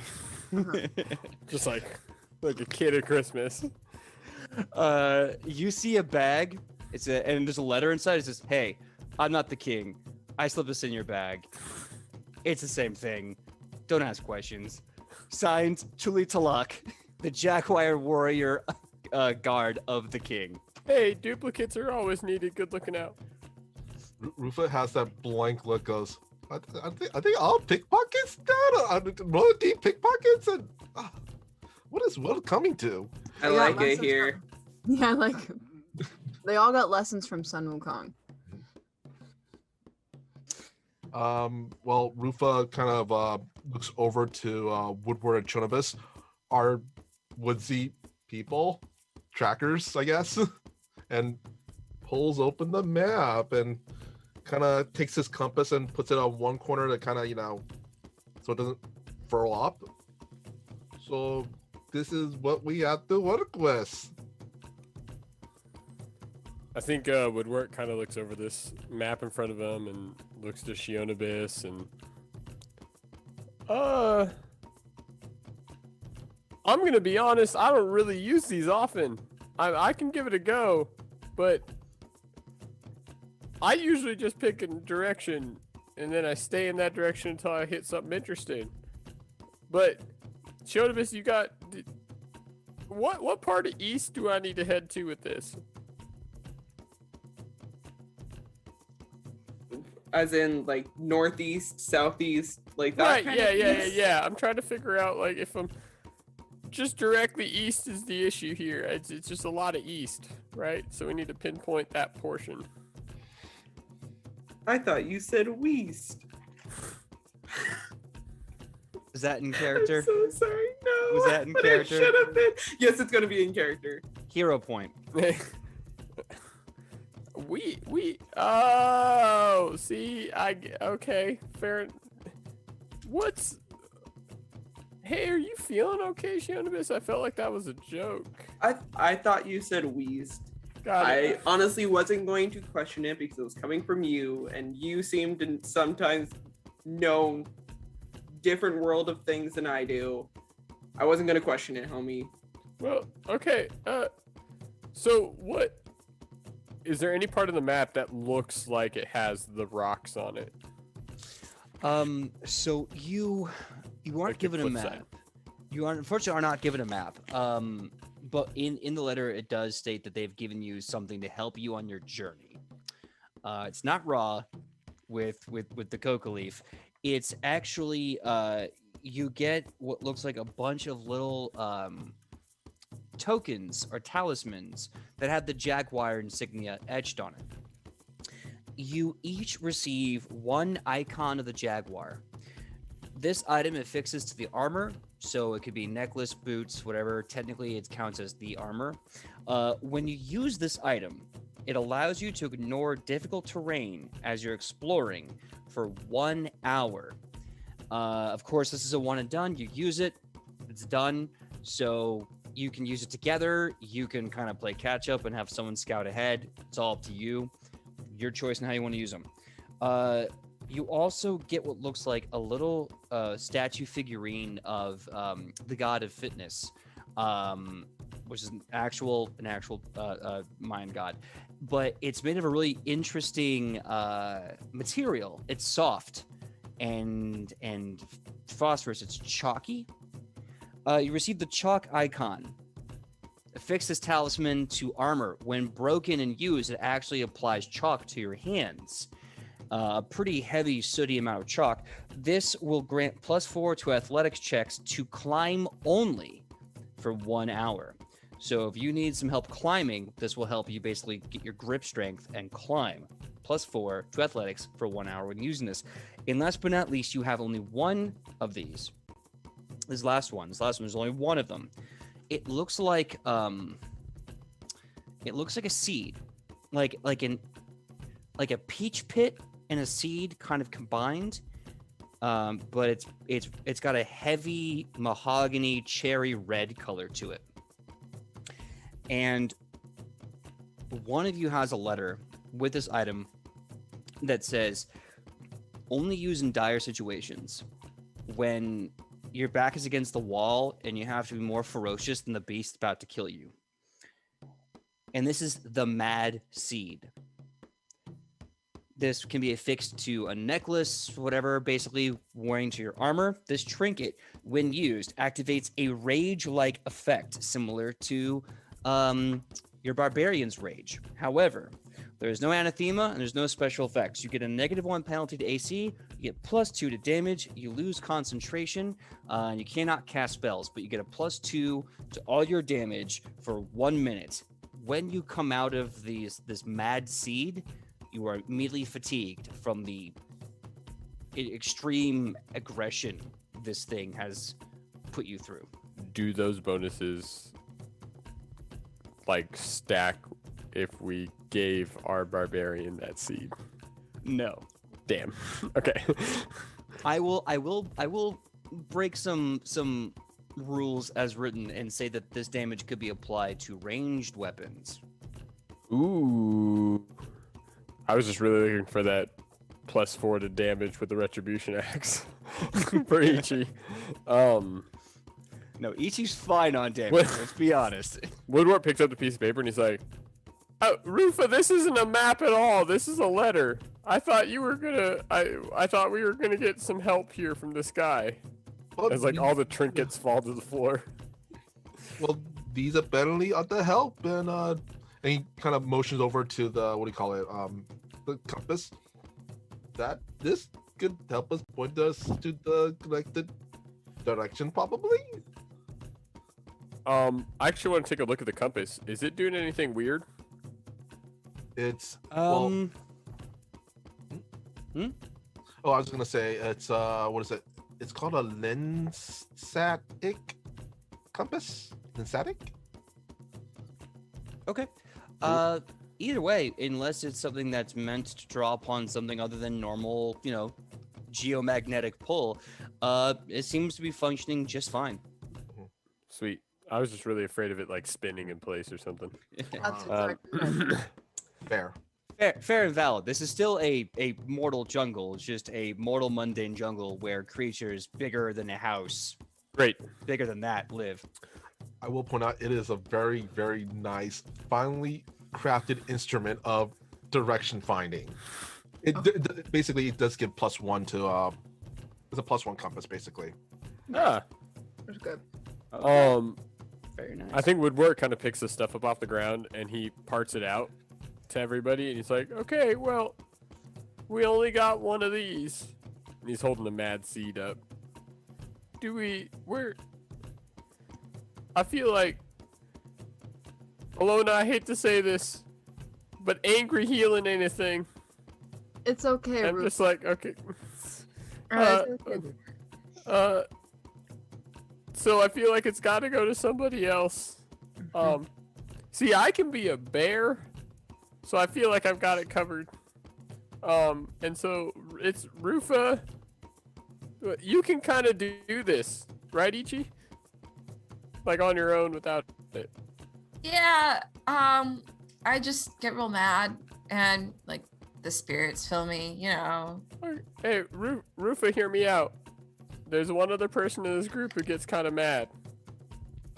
Rufa looks over at Chonibus. He doesn't say it, he just looks over at Chonibus. Yeah, right. Okay, Jonas looks Shionibus. over at Tobias.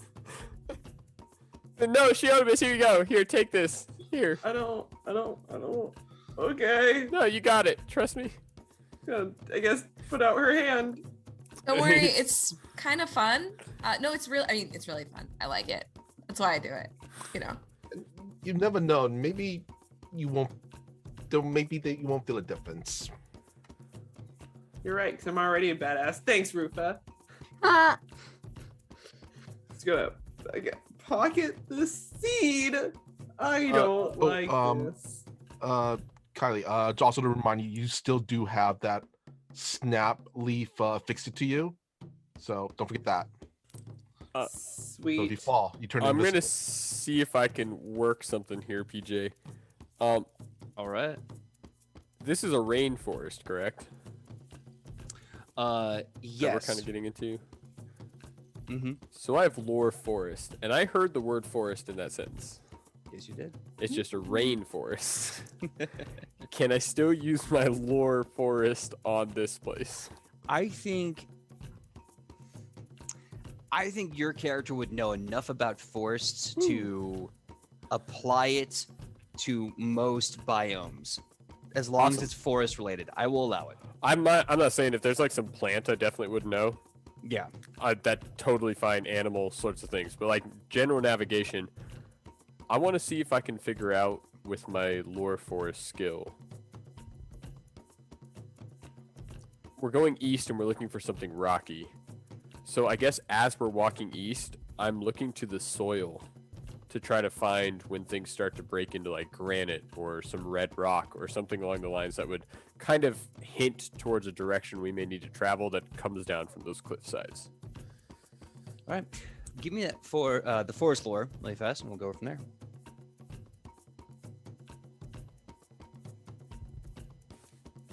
Uh, 23.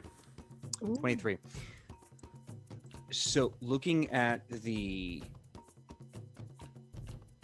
jungle floor, if you will, the forest floor, the roots, the stone, you see things that in any other forest would be up to your heel, up to your ankle, maybe up to your knee.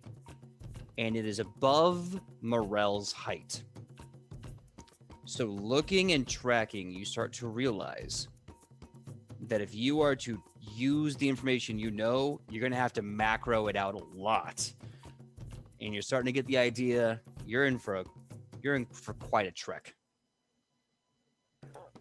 Guys, I'm willing to take point on this and try to get us through here, but this doesn't Well, this doesn't really fit with what I know before. I've got it. They're plants. They're rocks. They're dirt. Right? But, and he just kind of gestures, when a fern gets to this size, it's really hard for me to kind of see around it. And I'll do my best, but I'm just saying overall, this is not going to be an easy task. Question, PJ. Are the ceilings that we encountered here still here? Not that you can see. What was that? Sorry. Not that you can see. Oh, okay. Terrifying answer. Perhaps. Really? Yeah. Nope. No, please continue. Please continue. Okay. Rufus talking to the group. Perhaps we could talk to one of these seats. And he just stops and looks around. Oh. What did they go? All right, everyone. Assuming you're moving out, here's how this is going to work. You are now beginning your trek through the Godlands of Osmicon to the jungle and the forest where animals are bigger than anything you can possibly imagine. This adventure is going to be a survival trek. What that means is that as you are hiking, as you are trekking, as you are climbing up a hill, as you are going up a mountain, as you're swinging from a tree, you are doing so to continue your journey. And along the way, all of you are going to make survival checks. Now, there are 4 things that I will assume between the ranger and the druid and Rufus' experience that you are going to be able to figure out. And of course, with just Sam's knowledge of the area and Alona's medicine study, these 4 things you know are going to be true. You are going to need to make sure you are still on the trail. You don't want to get lost. You're going to need to make sure that you're going to subsist yourself with food. This place is a sweltering jungle, and with your body constantly working to produce a sweat to try and keep you cool, you're burning a lot of calories. You will need food. Number 2, because you're constantly producing sweat, you are losing your body's natural electrolytes, water, and salt. You will need water. You will probably die of dehydration before you die of starvation. You will need water. And last but not least, this place is crawling with what you know are people that can hide in plain sight in the woods who will kill you on sight, and creatures bigger than what you could possibly fathom a god could be. You will have to be on the lookout for that. There are 4 things. I will need 4 survival checks. 1, to stay on the track. 2, to subsist with food. 3, to get water to prevent dehydration. And 4, to see if there's any threats around. Now, I am not dumb. There are 5 of you. So, you have these options. You can roll for the same thing together. This will not count as aid. You cannot provide aid. You are foraging as a team. What you find is what you find. Number 2, there are 3 other tribes you know about. They will require barters. Your survival can be to look for a barter. Now, there are punishments for some of these. There's no punishment for not finding a barter besides the political ramifications. So, you are the heroes saving the world in a jungle, the likes of which every mortal who has killed lion has never gone into since. That kings are made to be diplomatic guardians of. The world is on your shoulders. You're the tip of the spear. Lay on. Can I just say, fudge? I have a question. Rufus a city boy. My one question is, how many miles are we trying to trek each day? It's up to you. I will say this. I'm going to, if you don't mind, I'm going to attempt to shorthand this into a series of checks to kind of encapsulate the journey of the day. Now, this is an important note. You can try to double time, and you can try to force march.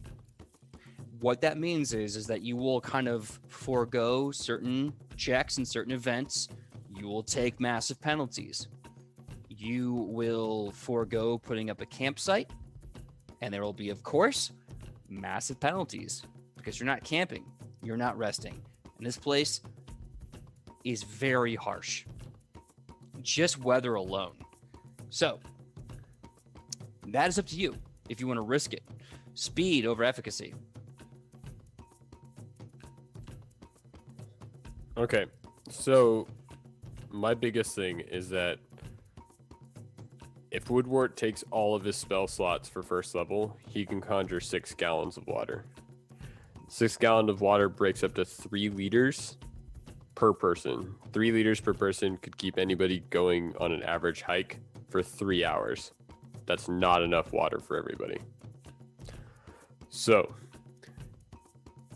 moving forward, I do have assurance on my survival check. I can use that to find water, or I can use that assurance to stay on the trail. So we have to pick one or the other.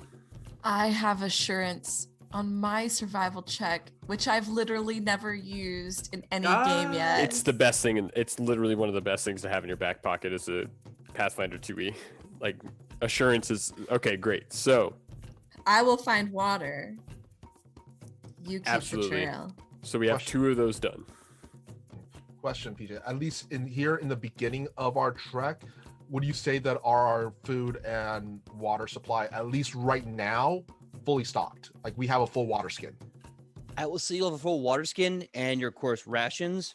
Mhm. However, anyone that's been humping it through a forest for a couple of days will tell you rations are not going to be enough. Maybe at a campsite, but if you're eating to walk, you kind of have to keep getting carbs into your system.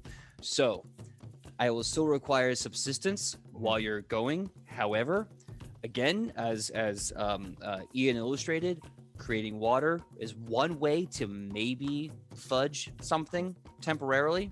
If there's a spell like Good Berry or Create Food that will subsist you for a whole day, etc., I will also allow that as assurance on the roll for survival to find food.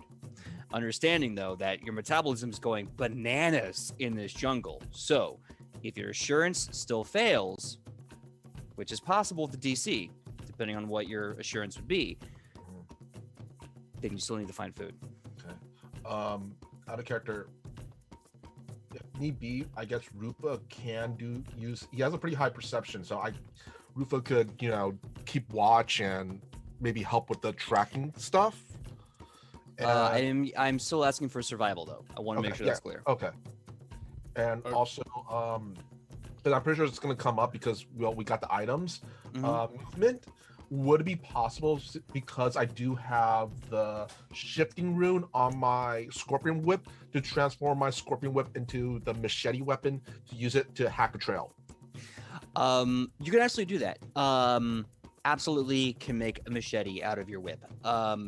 With that magical rune. I will still need a survival check. Okay. I will give you with the machete maybe a +1 Okay. to survival, but it's still gotta be a survival check. Gotcha. Okay, so I think what we should do here is looking at the assurance skills. I can create food for up to 6 people per day to feed them. Mm. That with the spell. So it may not work all the time. I don't know what's planned here in the God Forest. Keep in mind, you brought 2 NPCs with you who Yeah. also need to eat. Oh, they Wait, do. it's Morel and who? Right. That'll be fine. Ah, Who else did we bring with us? Gonna need a Tobias. forage. Tobias. Of course, The I forgot intern. him. Damn. Okay. Oh. He's now just making me think of Toby from The Office. Quick question. As we are Yeah. trekking through the jungle, periodically, can I make medicine checks to locate like a fauna, like stuff that might help us out? Sure. I will reiterate survival checks. Yeah. Okay. So basically, the way it works is that you're using survival to move through this jungle. Now, depending on how you do, things will happen. We can go from there. But right now, basic trekking would be Great. survival because you are literally surviving this jungle forest. Okay. I'm on it. Cantrips, I have no direction. Perfect. So I can Okay. cast that, and that takes that out of it. Then we can do survival assurance on food, survival assurance on water, and then anything else we come across is up in the air, guys. is somebody else's assurance check. I will say, if you don't mind, Yeah, since you're yeah, of casting course. no direction, and you talked about kind of leading the way, I will let you use no direction to make an automatic success on the survival check for direction. But Okay. I can't let you do food. Yeah, no, I was gonna do one of the many, and I figured assurance is our survival check for Mhm. food, assurance is our survival check for water, and then whatever else comes our way Sure. is the other 3 people. Question: does Tobias or Morel have any helpful skills? Like, do they know survival or anything like that? Actually, I'll have the character sheet in the bedroom. I will say this. Morel is really good at punching things and taking a beating. Tobias is really good at flirting and healing people. Yeah, tracks. Yeah. All right, it's up to us. We're the main characters of this Let's story. do it. Let's go. There you go. All right. I need declarations of who is rolling for what, understanding with no direction. Ian will be doing the catch-all for the staying going east. So that being checked off, I need someone to roll survival for subsisting on food. I need someone to roll survival for water. I need someone to roll roll survival for making sure there's no threats around. And if someone wants to make a survival check to find a barter or to help someone else, to also do what someone else is doing, that is also good. Choice is yours. Roll now. Let me know the numbers. I'll do food.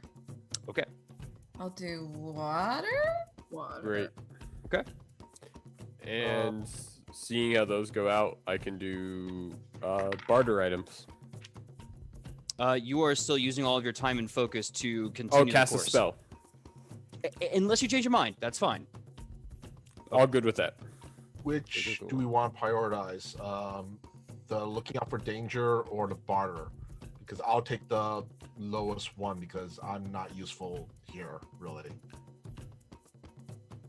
In this occurrence.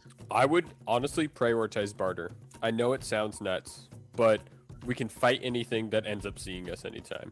Okay. It may get the jump on us, but barter means the next time we come up to somebody, we could not it's an enemy, and they may be able to help us with the next thing we end up having to fight. Okay. Then I will prioritize looking out for danger. Should you do the barters because you're the only one that understood Sylvan Besides Alona. But yes. besides Alona? But yeah. Oh, Yeah. I would imagine Rufa kind of shared the information with everybody. Just a thought. Yeah. Okay. Cool. I'd rather have you roll the better stuff because, yeah, Rufa's a city boy. I'm cool with whatever, guys. Yeah. Ready to Hey. rock and roll. Hey, we had a druid in a city for like 7 episodes. Sometimes you just Yeah. gotta be out of your Yeah. element. All right. I rolled a 15. How does that do for food? Unfortunately, you're not able to find anything to subsist the party. That is one check that has not succeeded on food. That is okay. What are the others? 17 with assurance on water. Okay, 17 with assurance. You feel like you know how to get water in the forest. However, looking around, you realize because this place is big and a little alien, you're gonna have to start getting creative and really start searching. 17 is not enough. I got 11 on keeping an eye out for danger. Good to know. 11 for keeping an eye out for danger. Unfortunately, we'll get to that in a second.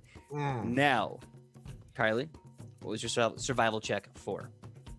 20. It's gonna be to stay on the trail / look for barter tools, and I was at 28. 28. Cool. All right, so as you're looking for something to barter, you start recalling the 3 tribes that were brought to you besides this group. You find 2 things. One, you find a trinket that the tribe you last talked to seemed to leave all over the forest in hidden places. You find the seedling's good luck charm. Berries and vines wrapped around a leaf, when affixed to an armor, grant a +2 bonus to fortitude saves or a flat save against poison and diseases and persistent damage slash effects with those types. So effectively speaking, you pop this, it gives you a +2 either on the flat DC check, which is awesome because you normally can't add anything to a flat check, or to an ongoing poison disease effect. Hell yeah. That's awesome. So you That find also one of means those. we're definitely gonna get poisoned Yeah. sometime in here. Right. So you find one of those, but then you also find what appears to be, sadly, the circle of life is complicated as it is fair game. You find a rabbit whose predator has left it for dead at the sight of your presence. The rabbit is the size of a cow.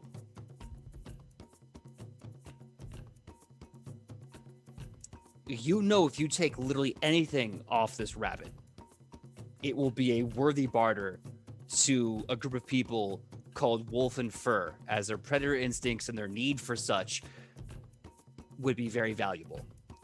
And whoever hunted this creature will probably leave you alone if you still leave most of the meat behind. Okay, Shionibus, hear me out on this. I've never dealt with a rabbit this big, but you're going to want to take one hind quarter. It's where all their fat is. Oh, I was gonna take its foot. Yeah, you want to take its chunky thigh. Oh. Well, are rabbits' feet like lucky? So if like one is this big, like wouldn't it be like extra lucky? Or like is that? Or did my uncle lie to me all those? I years? feel like, I think you're onto something. Yeah, I've heard of that. right. but the rabbit's Well, dead. can we not take the leg and the foot and the thigh? Kind of like a chicken. That is Rufa's favorite part. Of the I chicken. don't Leg and want- thigh. She's gonna take whatever Woodward said because he's more adaptophorus than she is.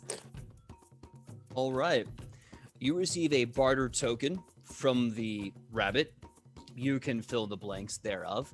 This barter token will either hand wave in a diplomatic incident or give a bonus to a diplomacy check should a conversation arise that requires finesse. But you only get that one because it's massive. So don't lose it. So we're hungry, thirsty, and tired, guys, but we can make friends. Oh, can we? Right would now. would it cost us? Would it cost us if we take enough, at least enough of the meat for us to eat, or? Mm-mm. Nope. Shionibus immediately shuts that down and is like, I don't want anything else to kill me in this forest. So we're just gonna leave the rest. Leave the rest. Nothing else is gonna touch us. Probably not true, but You know, Rufa, I'd actually be with you 110% if that rabbit wasn't the size of a cow. If it was a normal rabbit, I'd say take it, but I just don't want to see the wolf that got it. Mhm. True. That Yeah, being said, oh, I'm sorry. Please continue. I didn't mean to interrupt. Oh no, you're fine. I was just gonna say, yeah, you see how bumpy this trail is? Those are probably paw prints we're stepping in. Yeah, Mhm. this is one where one of the shorter perspectives doesn't really work, right? Like, you need to kind of be above the situation to see it, and I was fine not seeing it, but thanks, Alona. Huh. Yeah. It's big. Well, Rufa definitely does not want to see the droppings that whatever eats these type of thing leaves. I'm just thinking of, yeah, we're all thinking it. Really fast though. So because the food and the water, right? Mhm. The food has left you enfeebled 1. What Oh. this means is you are taking penalties to strength-based rolls and strength-based DCs, including strength-based melee attack rolls, and strength-based damage rolls, and athletic checks with a -1. Ichi's suffering. Yeah, y'all. how did you take a -1 to Ichi as a whole? Ouch. Look, as someone who lifts big iron a lot, you don't give me food, I get hangry, and then I get weak. So, you're enfeebled 1, you're starving. You haven't found water, you're stupefied 1.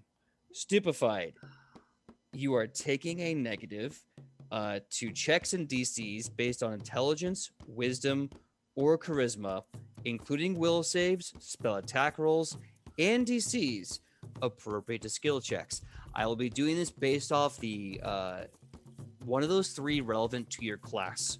Druid, Cleric, you're losing 1 to will saves, you're losing 1 to your DCs and your spells based on wisdom. If you are based on charisma, like Rufa, you're taking a -1 to charisma. You're dehydrated. Your pizzazz ain't as sharp as it used to be. Now, a special rule has also been activated. Because you are both enfeebled and stupefied, you are starving and you are thirsty. You are fatigued. You take a -1 status penalty to AC and saving throws. During exploration, which all of this is, you cannot choose an exploration activity besides your survival checks to subsist until you get food, water, and rest. That means that I can't cast my spells. Right? Yep. Now, since unfortunately the checking for dangers has gone the way it did, I need you all. Actually, you know what? Rufa, roll a d6 for me really quick. D6, all right. Find it. I hate downside of these cases is dice get stuck in there. Oh dear. Okay, I got a 1. Roll a d4 for me. All right.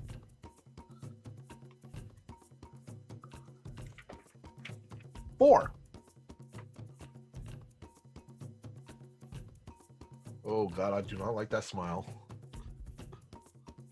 As you start walking, it's been an hour. You have not found food. Not enough to subsist the whole party. You've not found enough water. Whatever water Woodward has given you, you've already sweated it out of your system. And while you're carrying a barter token that you know that if you walk into Wolf Tribe will at least give you a good chance of getting out of that conversation alive, you suddenly hear a horrible slinking sound. Like a maraca. And suddenly, you see this thing drop in front of you. Human-sized creature, probably dropped over 300 feet, landed 3-point stance, no problem, stands up, and is looking at you with snake eyes. No eyelids. Scales covering its face, and breaking out the back of its head, bright colored feathers. And as it looks at you, a long snake tongue just starts wiping its fangs and slicks back into its mouth. Its jaw breaks loose and distends like a snake as sharp fangs bear out and claws reach out. And you can tell as the rattle gets louder and louder, you are surrounded by scale and feather tribesmen. And they look like they're here to eat you on sight. You each get 1 action to de-escalate or run away, and then we roll initiative with enfeebled 1, stupefied 1, and fatigue in effect.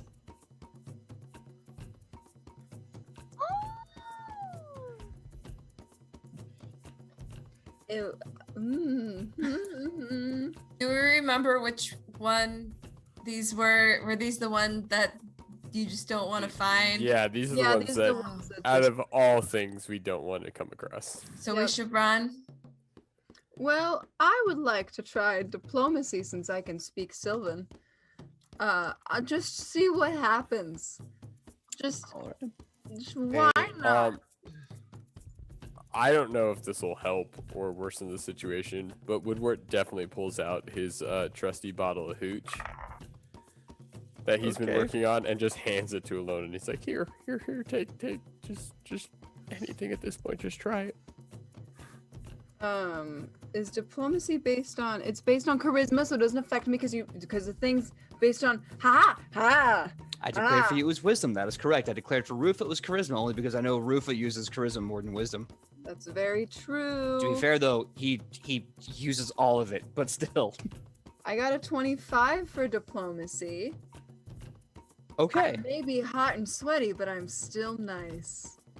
Okay. Really quick, PJ. I was Mhm. wondering, because they are scaled, Mhm. would it be possible if I rolled occultism to just see if no? No. It's very much like the ceilings you ran into earlier. The cultism's not going to apply here. Okay, I was gonna But- see if they're draconic or anything like that. Okay. No, I believe that would be Arcana. Maybe not. But regardless, no. There's something else, and you'll learn maybe at some point. So, Sidney, do you and Ian accept do the hooch handoff? The hooching. Okay. Yeah, hands are the Yeah. hooch. Yep. Okay. I think that's a great, fantastic idea. So with the hooch in hand, with this one chance to prevent a fight while you're probably slightly outnumbered in a bad way, you have hooch. There are penalties that check. Don't worry, I already factored them in. What do you do? What do you say? I'm going to walk halfway to them, put the hooch down in the middle, walk back, not breaking eye contact, walk back, saying, "Oh, can it sound like parcel tongue? Because they're snakes." Anyway, Sure. cool flavor. Alona is going to say, "We mean you no harm. We are tired. We are hungry. We just want to pass through this forest. And we offer you this gift from a land that you have never seen. You will never see. This is a once in a lifetime opportunity. Please enjoy it."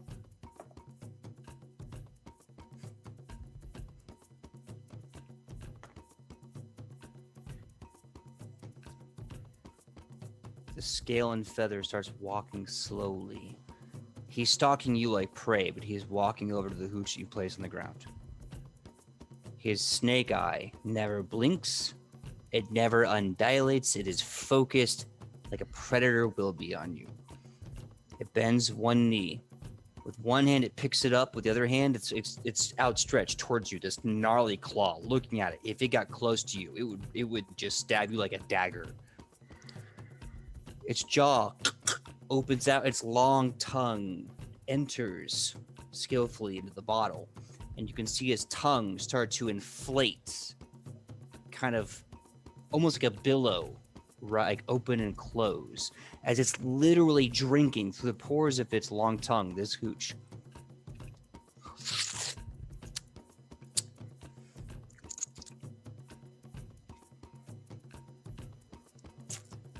Its eyes get wide as one rolls back into its head. With the negatives that he had, it was a total of 7 in the fortitude save. This seedling of scale and feather is horrendously drunk, not ever having hooched this strong or alcohol at all in his life. He is so drunk that as he stands up, he starts pitching back and catches himself on balance. He goes, and in Sylvan, he says, "I am drinking the god's happy juice." "No way, brother. You have the god's happy juice?" "Yes, the happiest of juice. I've never felt this way before. We must retreat." "Why must we retreat? I need to lay down." "No, I'm being serious. Get our friends. I have a headache already." "How do you have a headache?" "I don't know." You all hear this. Sidney, you and Rufa hear this in Sylvan. Everyone else just hears, as Sidney gracefully put it, parcel tongue. And the guy who just drank a little bit of this hooch that Ian, that Woodward gave, is kind of like, he corks it. He drops it, trying to put it in his pocket. He picks it up, puts it again. And as he's slinking away, he slams on the side of a tree. He course corrects, and he vanishes. All of the others are just like...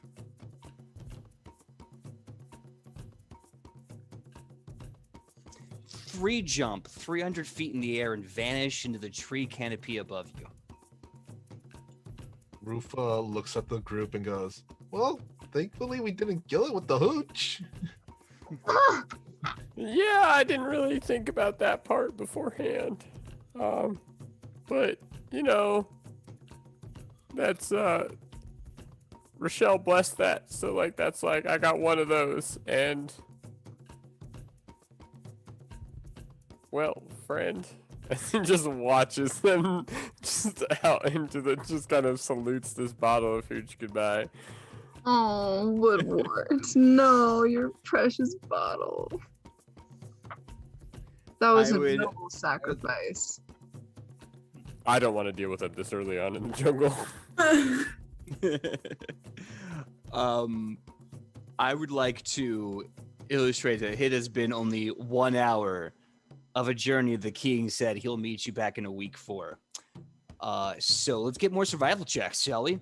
You are still at negatives because you are enfeebled, and you are stupefied, and you're fatigued. So, those who are based on wisdom, the druid and the cleric, you'll be taking a -1 to any survival checks you will be rolling. You also have fatigue, which means you, unfortunately, cannot cast a spell that requires concentration.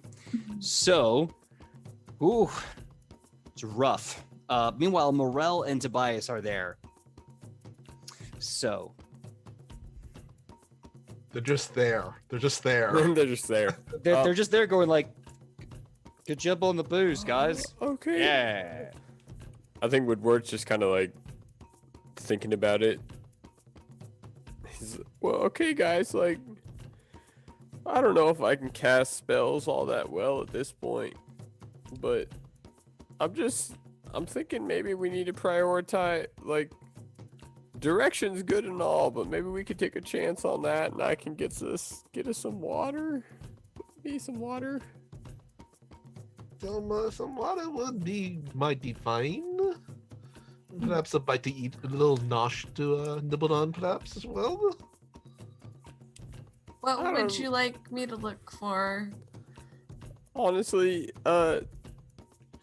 I feel like this march is futile, even if we're going in the right direction, if we're gonna end up like this. So you want to try to? You think you get us some food, maybe? I feel Yeah, I'll like- try that. Okay. Shoot, those guys took our snacks. Yeah. At the very least, we got the rabbit, so that's a plus. Yes. On the bright side, hopefully the next time we come in contact with more Sylvan seedlings, we won't automatically die.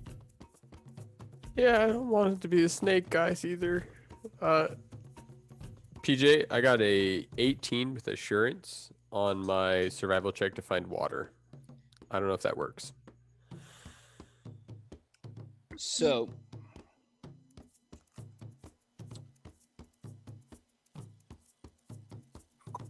the DC to beat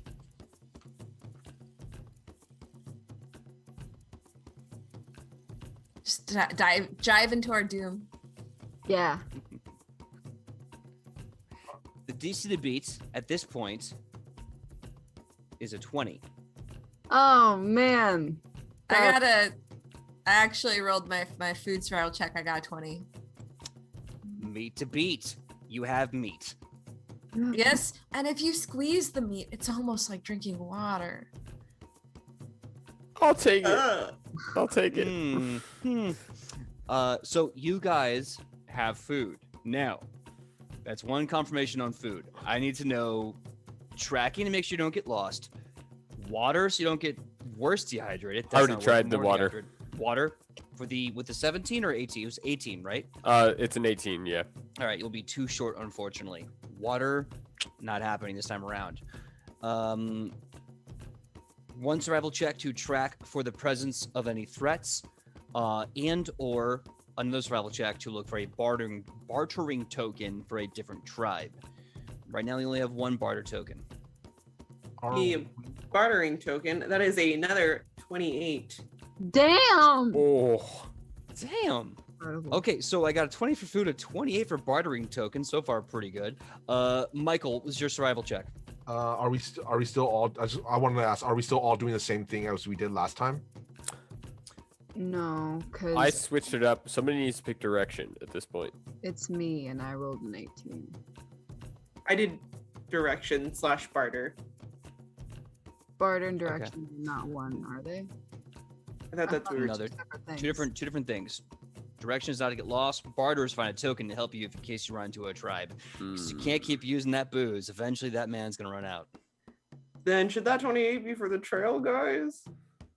I'm scared we're gonna get lost. Yeah, how about at least we're going in the right direction, right? Yeah, let's do that. We may not be all Shut good this for it, master but tracker. Dude, like So- this path right here. Oh wow, look at that. That's a straight path. We're all dying, but at least there's a path. At least we're headed in the right direction. So we think. I just So want to we know. Michael? I just want to know. So, am I still looking for danger? Yes, you're so. Okay. yes, Okay, I got a 21. nice. Funnily enough, Solid. that's what got left over. The same thing you got last time. So, it sounds like you have not gotten lost, and danger will not be finding you. Sorry, you have food. Sidney, what was your roll for again? Oh, for Ah. water.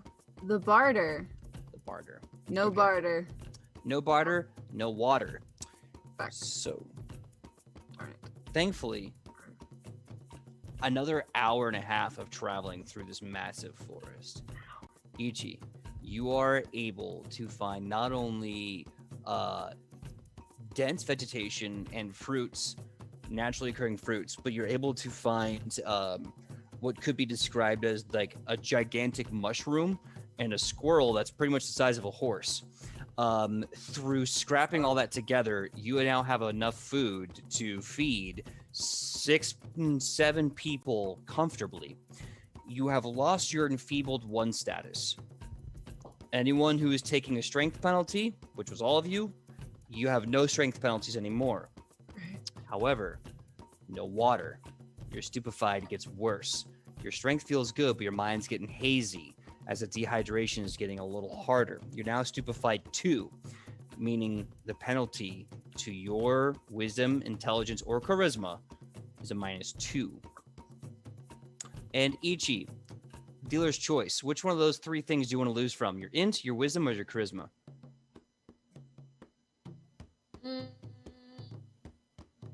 Intelligence. Okay. Barbarian has a -2 to intelligence. No, great. I'm sorry. It's better than and wisdom, 'cause Shun- that's what survival is based on.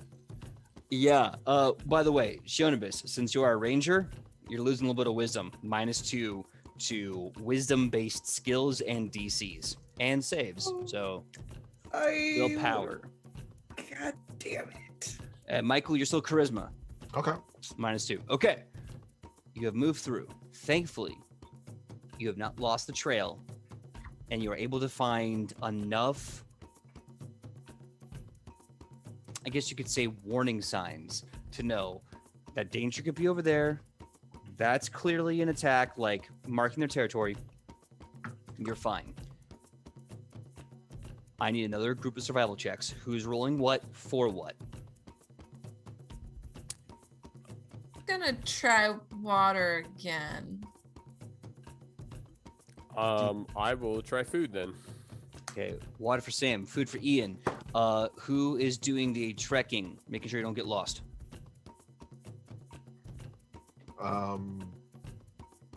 I'll do it. All right, Sidney's doing don't get lost. Who's looking for danger? Who's looking for barter? I'll Yes, take I'll- the I'll do barter, I guess. Barter. All right, so Michael, you're looking for danger. All right. I'm seeing a lot of happy faces. I'm seeing a lot of angry faces. I got a 22 for staying on the trail. You guys are not lost. Not lost. Michael. First 20 of the night. Yay! I think it's the second 20, but I will take it. Oh, 20. I love this. That's right, because I remember Shionibus Yeah. got it when she was looking at Morel's shield. All right, but that's awesome. A 20, and that was for danger. Danger. Cool. You're not lost. Danger is not there. Sam, what was your hunt for water? 25. Yay! All right. Excellent. Nicely done. Your stupefied goes down 1 to stupefied 1. One more water, and it's gone completely. Ian, that's a sad face. What's up? So altogether, I got a 13 to look for food. 13 to look for food. We do have points, inspiration points. You do have hero points. Oh, I Hero do have points, hero yeah. points. I just remember that. I think most of you have like 2 at this Two point. at I think this point? Shonabis Yeah, has okay, 3. fine. I'll use it and come back around. All right, all right.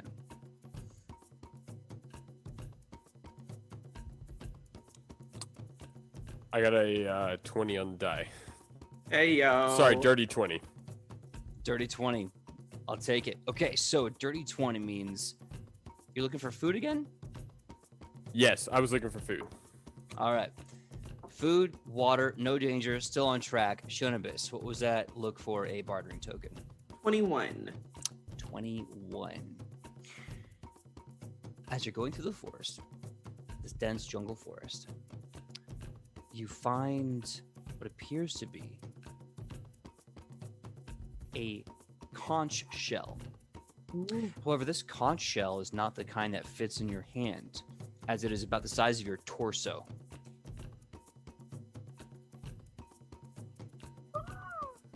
I'm going to Tobias. What's now? Oh, bloody hells. You want me to carry that thing? Yes.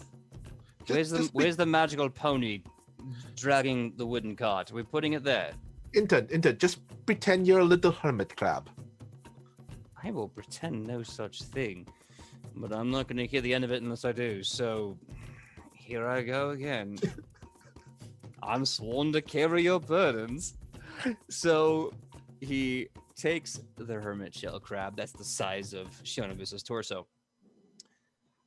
Thankfully, with the food and the water, no danger found. The trek is strong. You have lost your enfeeble.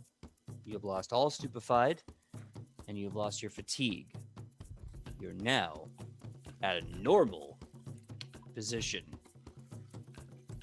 I need one more survival check. Okay. Ichi feels good about water. She's like, I found so much last time. I'm gonna try it again. Okay. Does that mean I can cast a spell to make food just work for it this time?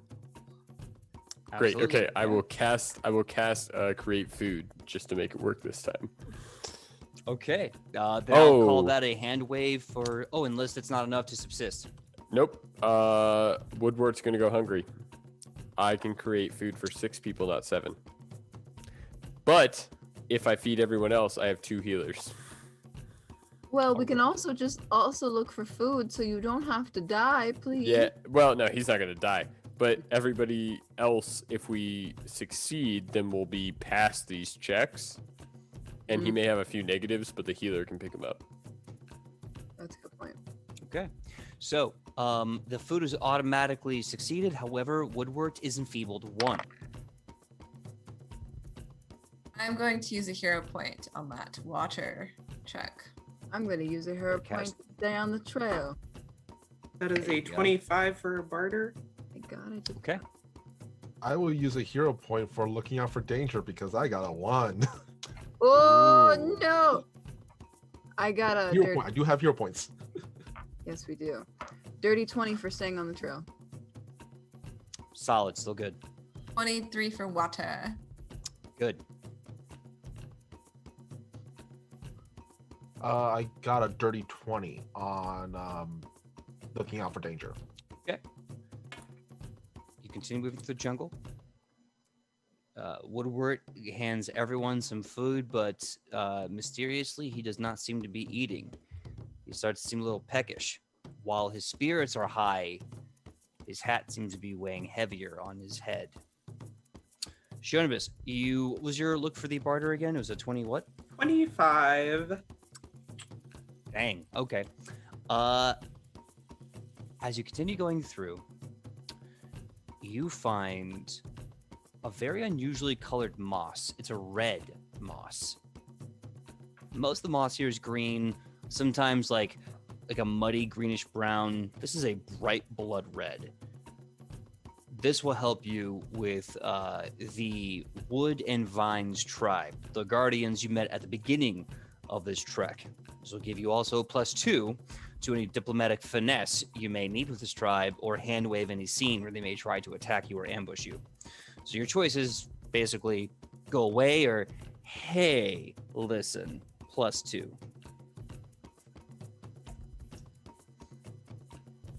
All right. Survival checks.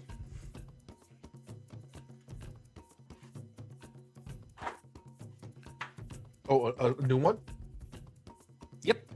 I need to know what you're rolling for. And while you're rolling, I want to give a big thank you and shout out to all those who supported the coffee. Rip Psyche, thank you so much for the coffee.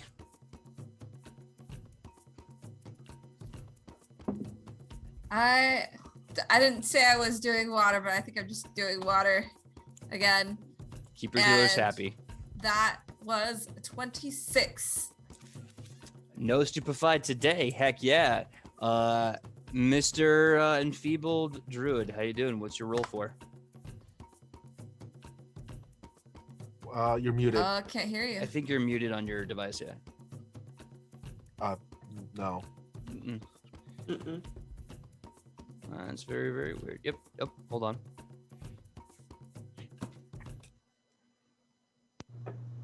Oh, Can you hear me now? Yep. Yes, Yeah. loud and Different, clear. but it's gonna work It's- for now. yeah. Yeah. I have a -1 to my wisdom, correct? You Because of the are enfeeblement? enfeebled. One. No, enfeebled gives you -1 to strength. Strength. Okay.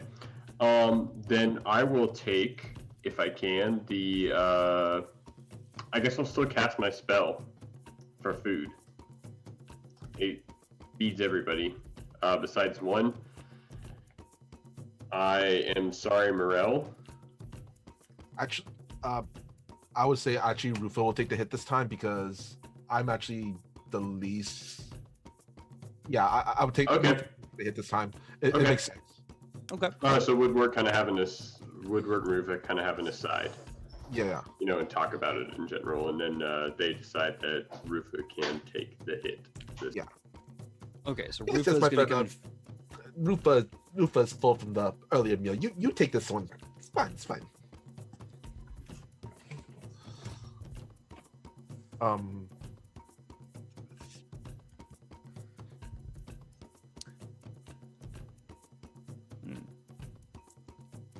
I really appreciate it, Rufa. I know that, yeah, it's a long walk, and I don't want anyone to be too down in this forest, but I'll watch your back as it goes.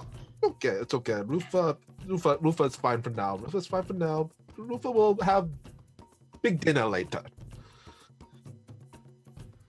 Well, yeah, no, we'll find that for you. One way or another, we'll get it out of this forest.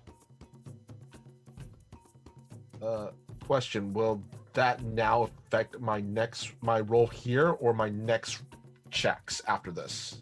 If it is food, it'll enfeeble you, not stupefy you. Oh, yeah, It should okay. not affect your survival check. Okay. But basically, after you get the penalty, that's when it'll affect you.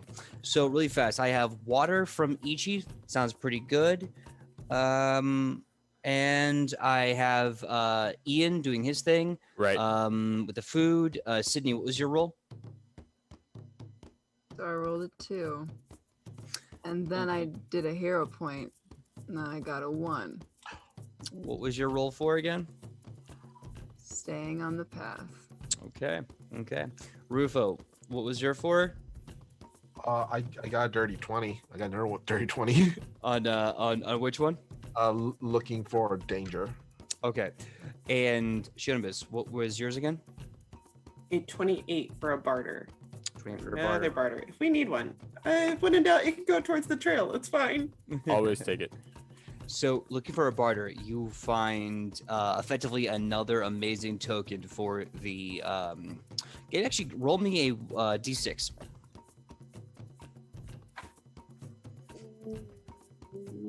Let's go.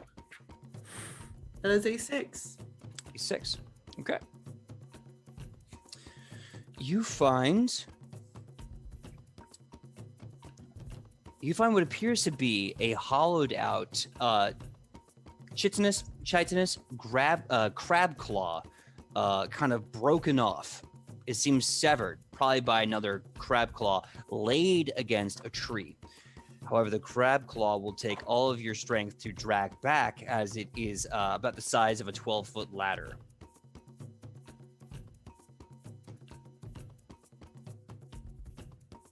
Guys, do we really need this? Like, that's a lot of work.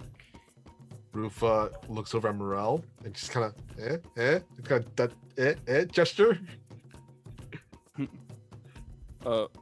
Woodward's kind of looking at the axe, and he's looking at this crab claw and how much the axe has come in handy, yet maybe bartering this crab claw. Well, I mean, we could switch them, I guess. My thing. That was a weird accent that just kicked in. My thing is, if it goes to this crab and reef people, do we really want to hand them a crab claw? Right, but the axe could be used to open a crab too. And I don't know if that's, but I mean, sure, Right. yeah. No, I get you. So should we keep the axe and leave the claw? Because I feel like that's a weird cannibalism Thing. and Yeah, then that's that's that gonna kind not of, end well. yeah, that gets into a weird scenario, Yeah. doesn't it? Yeah. Yeah. I think, yeah, let's keep the axe and just kind of leave the claw where it is. Like, I'd hate to get there and then end up seeing a guy without a hand, right? And then we're holding the claw. Yeah. It'd be really. I mean, Suck. Rufa's gonna maybe. look at it. Oops, sorry. No, it's okay. I mean, my argument would be maybe they'd see it as like a trophy, because crabs get into fights with other crabs, and they rip off the limbs of other crabs. With how this happened, and Alona goes into a whole biology lesson about this one chapter of crabs that she read in a book once. So maybe it might not be that bad of an idea to take the crab. But then do we leave the conch shell, or are we taking it all? Like, what's... Rufa's just gonna look at the crab and go, perhaps we have some melted butter and we could something we could eat. I know you're hungry, Rufa. It's just a chitinous shell. Yeah. Rufa seeing like a mirage of meat. Really fast. Because there was, unfortunately, a critical one for getting lost, Yeah. what I need from everyone is a perception check. Nuts.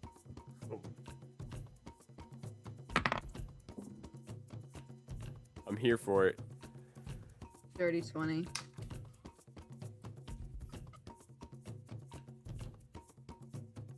The 19. Does my never mind. It's not yeah, never mind. 19. All right, so 19, 20. Ian, what you got? Coming in hot with my beady gnome eyes. I got a 30. 30. Oh my god, dude. Shonibus, what you got? Yeah, 28. 28. Damn. So, Alona, Woodward, Shionibus. As you're all talking about this giant crab claw and discussing it, the three of you start to hear this really unusual sound. It sounds at first like a gentle hum, like a man's walking by humming a song to himself. But then the hum becomes cacophonous, it becomes clamorous, and suddenly the hum is not a hum, it is a buzz.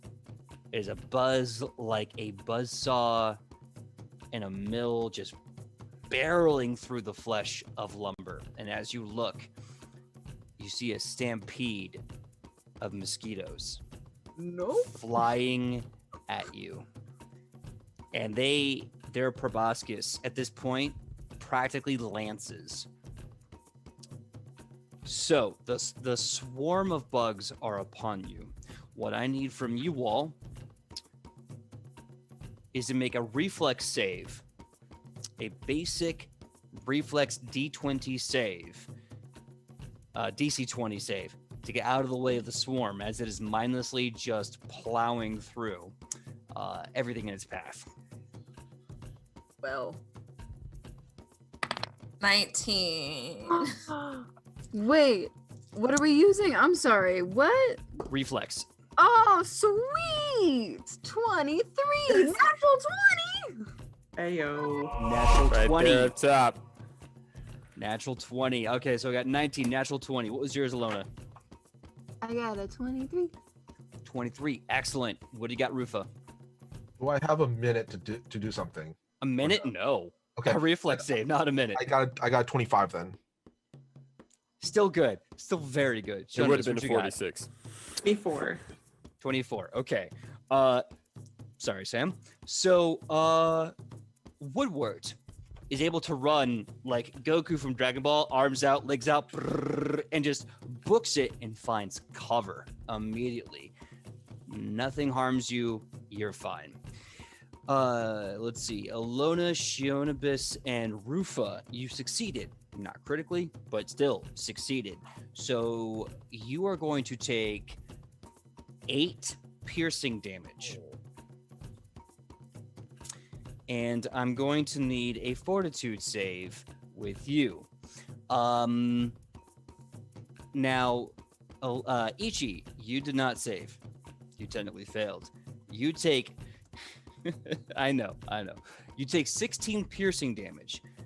And I'm going to need a fortitude save from you as well. And while you're rolling that, I want to say a quick thank you to PJ Smith for donating to our coffee. From one PJ to another, thank you for the love. Thank you. Fortitude save is a 22. You're good. Who had to make fortitude saves? Everyone but Woodward.